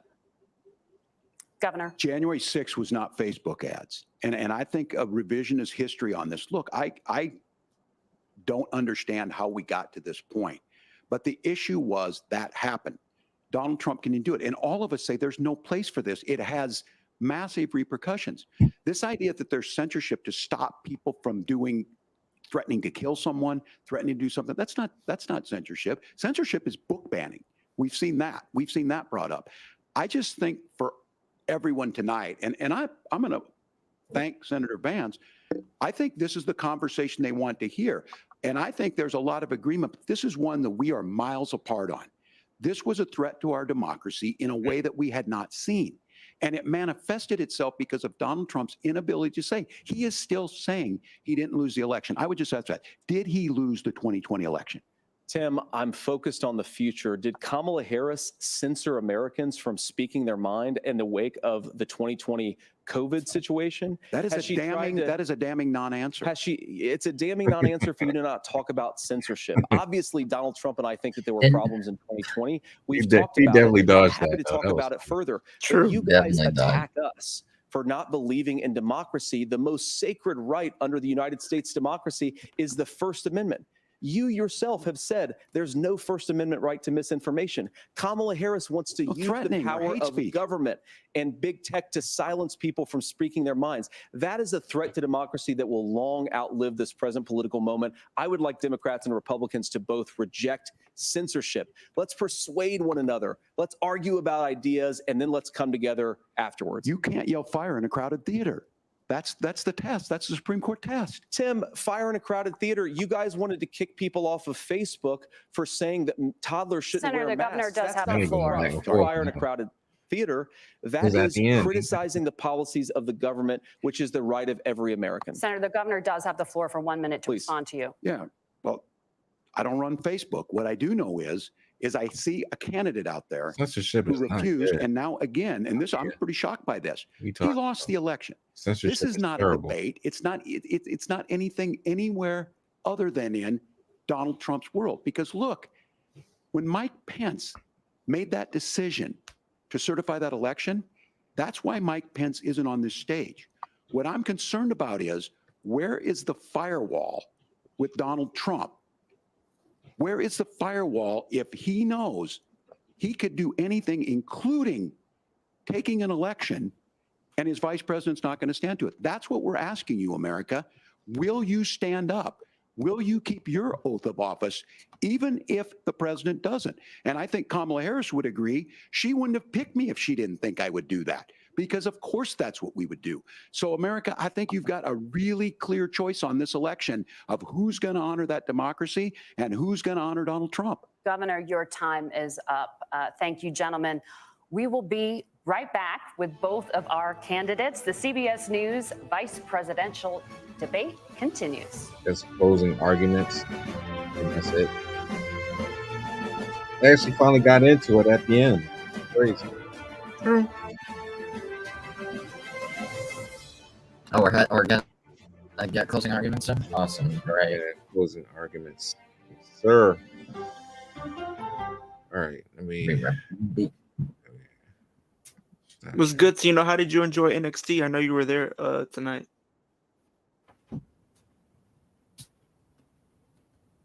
Leo, been a minute. Congrats on getting back to 300. I appreciate it, man. I appreciate it, Tino. I appreciate that. Are you back to 300, Leo? Yeah, I'm at 300 subscribers now. 304 to be exact. I'll be back. I need to use still grinding to get back to where I was, so it's gonna be a while. It was good, man. Was not expecting Trick to win. Hey, I mean, it was a good thing that they did have Trick win because I think they kind of was having like a lot of heels kind of win throughout the night. So you were bound to get at least like one big baby face. Congratulations on 300. I appreciate that, Queen Me. I appreciate that. I appreciate that a lot. Yeah, that's not bad at all. It's not bad at all. Nope, not at all. And Ethan Richard. I did think Julie was gonna win. I was surprised that she didn't win, but I think they're probably gonna tell a bigger, longer story with that, potentially. So we'll see how next week's NXT plays out. But I do think now that you have Delta coming in, then you have Stephanie McCurr coming in at some point. The women's division in NXT is definitely getting more and more stacked by the week for sure. And that's not even including the talent that they already have that they're trying to build in NXT currently.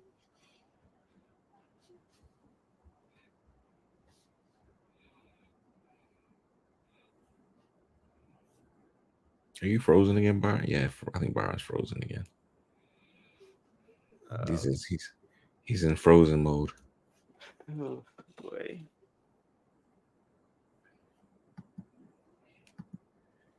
This is one of them nice unfrozen.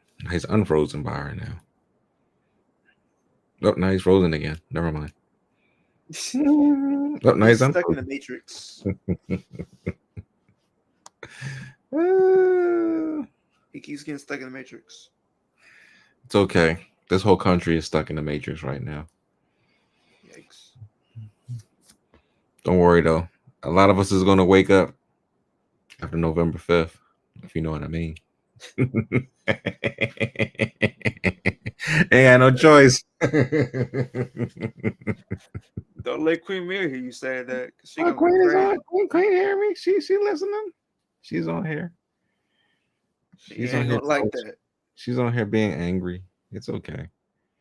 Now, what you think she gonna tell you if you lose and Kamala does win? I mean, she's just gonna, rub it in my face, and I ain't gonna care. I mean, come on. You ain't gonna hit the end of it. I'm telling you, Raj. You're not gonna. If Kamala wins, then she wins. I'm not going to be mad about it. I'm just going to be like, okay, well, let's see what you do with your win. Hopefully you do something. That's kind of how I am with a lot of people who run for president or anything like that. Like, I just see how they do. Honestly, just don't F up the country. That's all I ask. Yeah, I mean, it's already effed up now. Don't F it up even more. Let's just say it's always been that way though. So it is what it is. If she wins, good for her. But if she don't win, and my boy get back in there, it's gonna be curtains. Curtain crazy. Coming for you. I'm gonna come for you. And you better not hide. You better not be cussing. And you better not be stomping and crying or whatever. Just take it. Just take the L. So that's all I'm gonna say. Just take the L when it happens. But anyway, closing arguments. Here we go.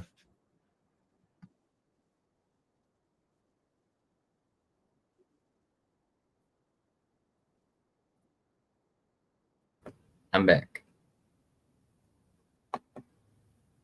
And the folks who miss Dancing with the Stars, I appreciate it. But look, the support of the democracy matters. It matters that you're here. And I'm as surprised as anybody of this coalition that Kamala Harris has built, from Bernie Sanders to Dick Cheney to Taylor Swift, and a whole bunch of folks in between there. And they don't all agree on everything, but they are truly optimistic people. They believe in a positive future of this country and one where our politics can be better than it is. And I have to tell you, that better than it is is the sense of optimism that there can be an opportunity economy that works for everyone, not just to get by, but to get ahead. And the idea that freedom really means something, not the freedom of government to be in your bedroom or exam room, but the freedom for you to make choices about yourself. Now, look, we all know who Donald Trump is. He's told us, and as Maya Angelou said, believe him when he told you that. His first inaugural address talked about American carnage, and then he spent 4 years trying to maybe do that. Senator Vance tonight made it clear he will stand with Donald Trump's agenda. He will continue to push down that road. Excuse me. Kamala Harris gives us a different option. Now, I'll have to tell you, I'm going to be careful about the quotes, but there's one that Senator Vance said that does resonate with me. He said, Donald Trump makes the people I care about afraid. A lot of America feels that way. We don't need to be afraid. Franklin Roosevelt was right. All we have to fear is fear itself. Kamala Harris is bringing us a new way forward. She's bringing us a politics of joy. She's bringing real solutions for the middle class, and she's centering you at the heart of that. All the while asking everyone, join this movement, make your voices heard. Let's look for a new day where everybody gets that opportunity and everybody gets a chance to thrive. I humbly ask for your vote on November 5th for Kamala Harris. Governor Walz, thank you. Senator Vance, your closing statement. Well, I want to thank Governor Walz, you folks at CBS, and of course the American people for tuning in this evening. And one of the issues we didn't talk about was energy. And I remember when I was being raised by my grandmother, when she didn't have enough money to turn on the heat some nights because Ohio gets pretty cold at night and because money was often very tight. And I believe, as a person who wants to be your next vice president, that we are a rich and prosperous enough country where every American, whether they're rich or poor, ought to be able to turn on their heat in the middle of a cold winter night. That's gotten more difficult thanks to Kamala Harris's energy policies. I believe that whether you're rich or poor, you ought to be able to afford a nice meal for your family. That's gotten harder because of Kamala Harris's policies. I believe that whether you're rich or poor, you ought to be able to afford to buy a house. You ought to be able to live in safe neighborhoods. You ought to not have your communities flooded with fentanyl. And that, too, has gotten harder with Kamala because of Kamala Harris's policies. Now, I've been in politics long enough to do what Kamala Harris does when she stands before the American people and says that on day one, she's going to work on all these challenges I just listed. She's been the vice president for 3.5 years. Day one was 1,400 days ago, and her policies have made these problems worse. Now, I believe that we have the most beautiful country in the world. I meet people on the campaign trail who can't afford food, but have the grace and generosity to ask me how I'm doing and to tell me they're praying for my family. What that has taught me is that we have the greatest country, the most beautiful country, the most incredible people anywhere in the world. But they're not going to be able to achieve their full dreams with the broken leadership that we have in Washington. They're not going to be able to live their American dream if we do the same thing that we've been doing for the last 3.5 years. We need change. We need a new direction. We need a president who has already done this once before and did it well. Please vote for Donald Trump. And whether you vote for me or vote for Tim Walz, I just want to say I'm so proud to be doing this, and I'm rooting for you. God bless you, and good night. Senator Vance, thank you. And thank you both for participating in the only vice presidential debate of this election cycle. I'm Margaret Brennan. And I'm Nora O'Donnell. And a reminder, there are just 35 days until Election Day. Please get out and vote. And for all of us here at CBS News, thank you and good night. And good night. That's all right, that's enough. Okay. That was beautiful. Lovely.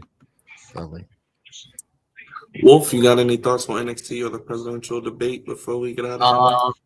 I thought NXT was good, interesting, but not too crazy. I definitely enjoyed it. I was not expecting Cora to return. And crazy. What's crazy is I'm already seeing online IWC saying like malding that Cora came back and saying like, oh, why did Cora get involved in like people that like completely outshine her? I'm like, Cora's not that bad.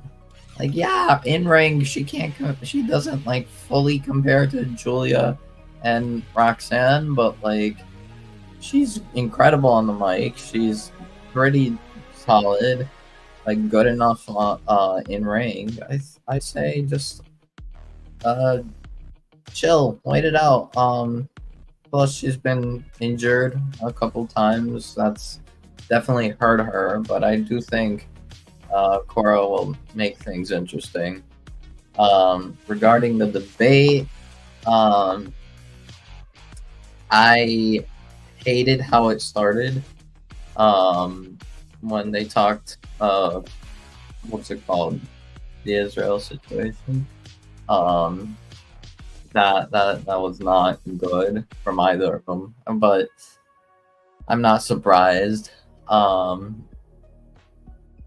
Overall, I think the debate was actually pretty decent. Actually better than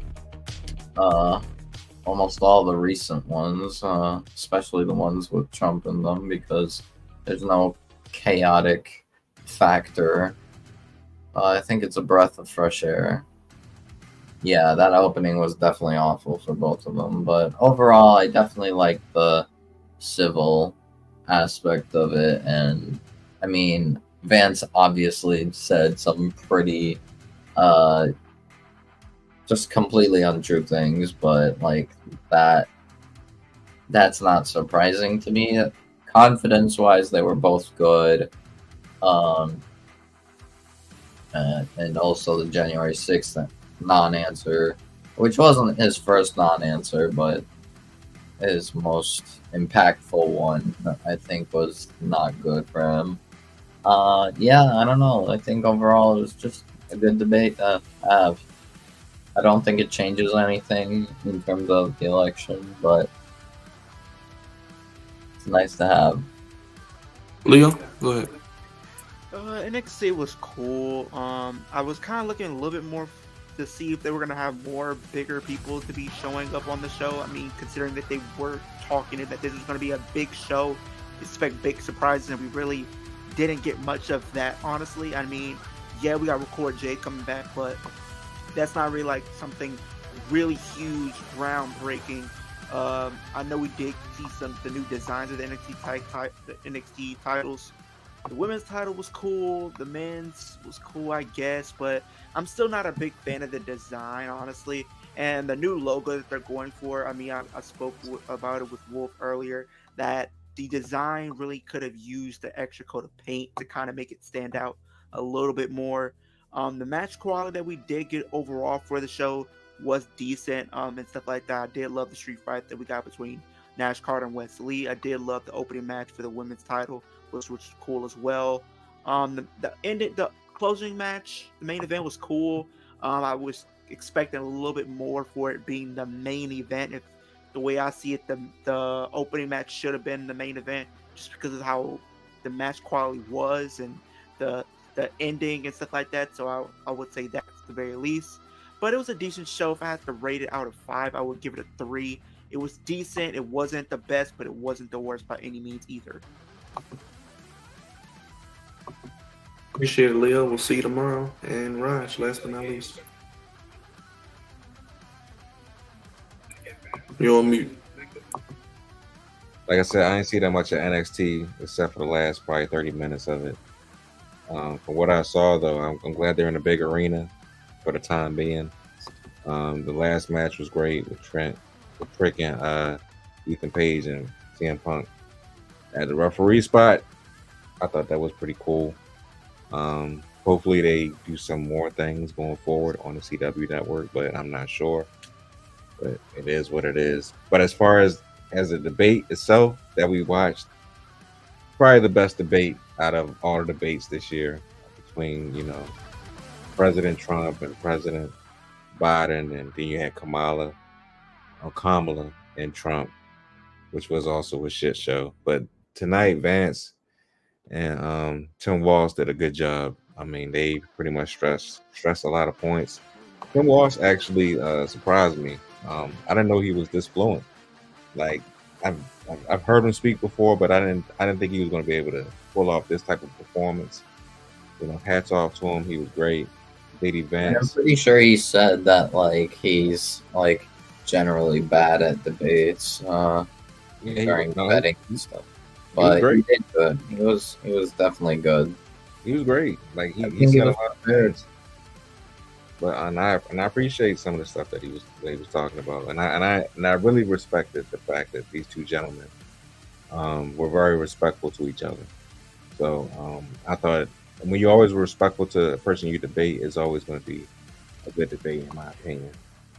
So even though JD was ducking and dodging a couple of questions and giving them the runaround, I think he did pretty good on some aspects or so. So I don't really think it's a winner or a loser tonight as far as the debate itself. Like Wolf said, if you know you're gonna vote for it, then you pretty much just gonna vote for that person. But it was good, man. It was just good to see something of normalcy, because these last debates, these last, like, I guess 3 elections where you had Trump and all of them going crazy, it does get a little bit tiresome. So it was a breath of fresh air when you have 2 distinct gentlemen just having an actual debate and not talking, just to talk. But those are my opinions and thoughts. Thank you for that, Raj. Anytime plus, guys, will be live tomorrow for AEW 5-year anniversary, and this weekend for Bad Blood on Saturday, and next week for NXT, the Sexy Red and Randy Orton versus Javon Evans, and a couple championship matches as well. Anything else, guys, before we get out of here? No, not really. Wolf, Leo, Raj, thank you guys for being here. Thank you, everybody, for watching. Hit the like button on your way out. Hit the subscribe button. We gone now. Peace. Yeah.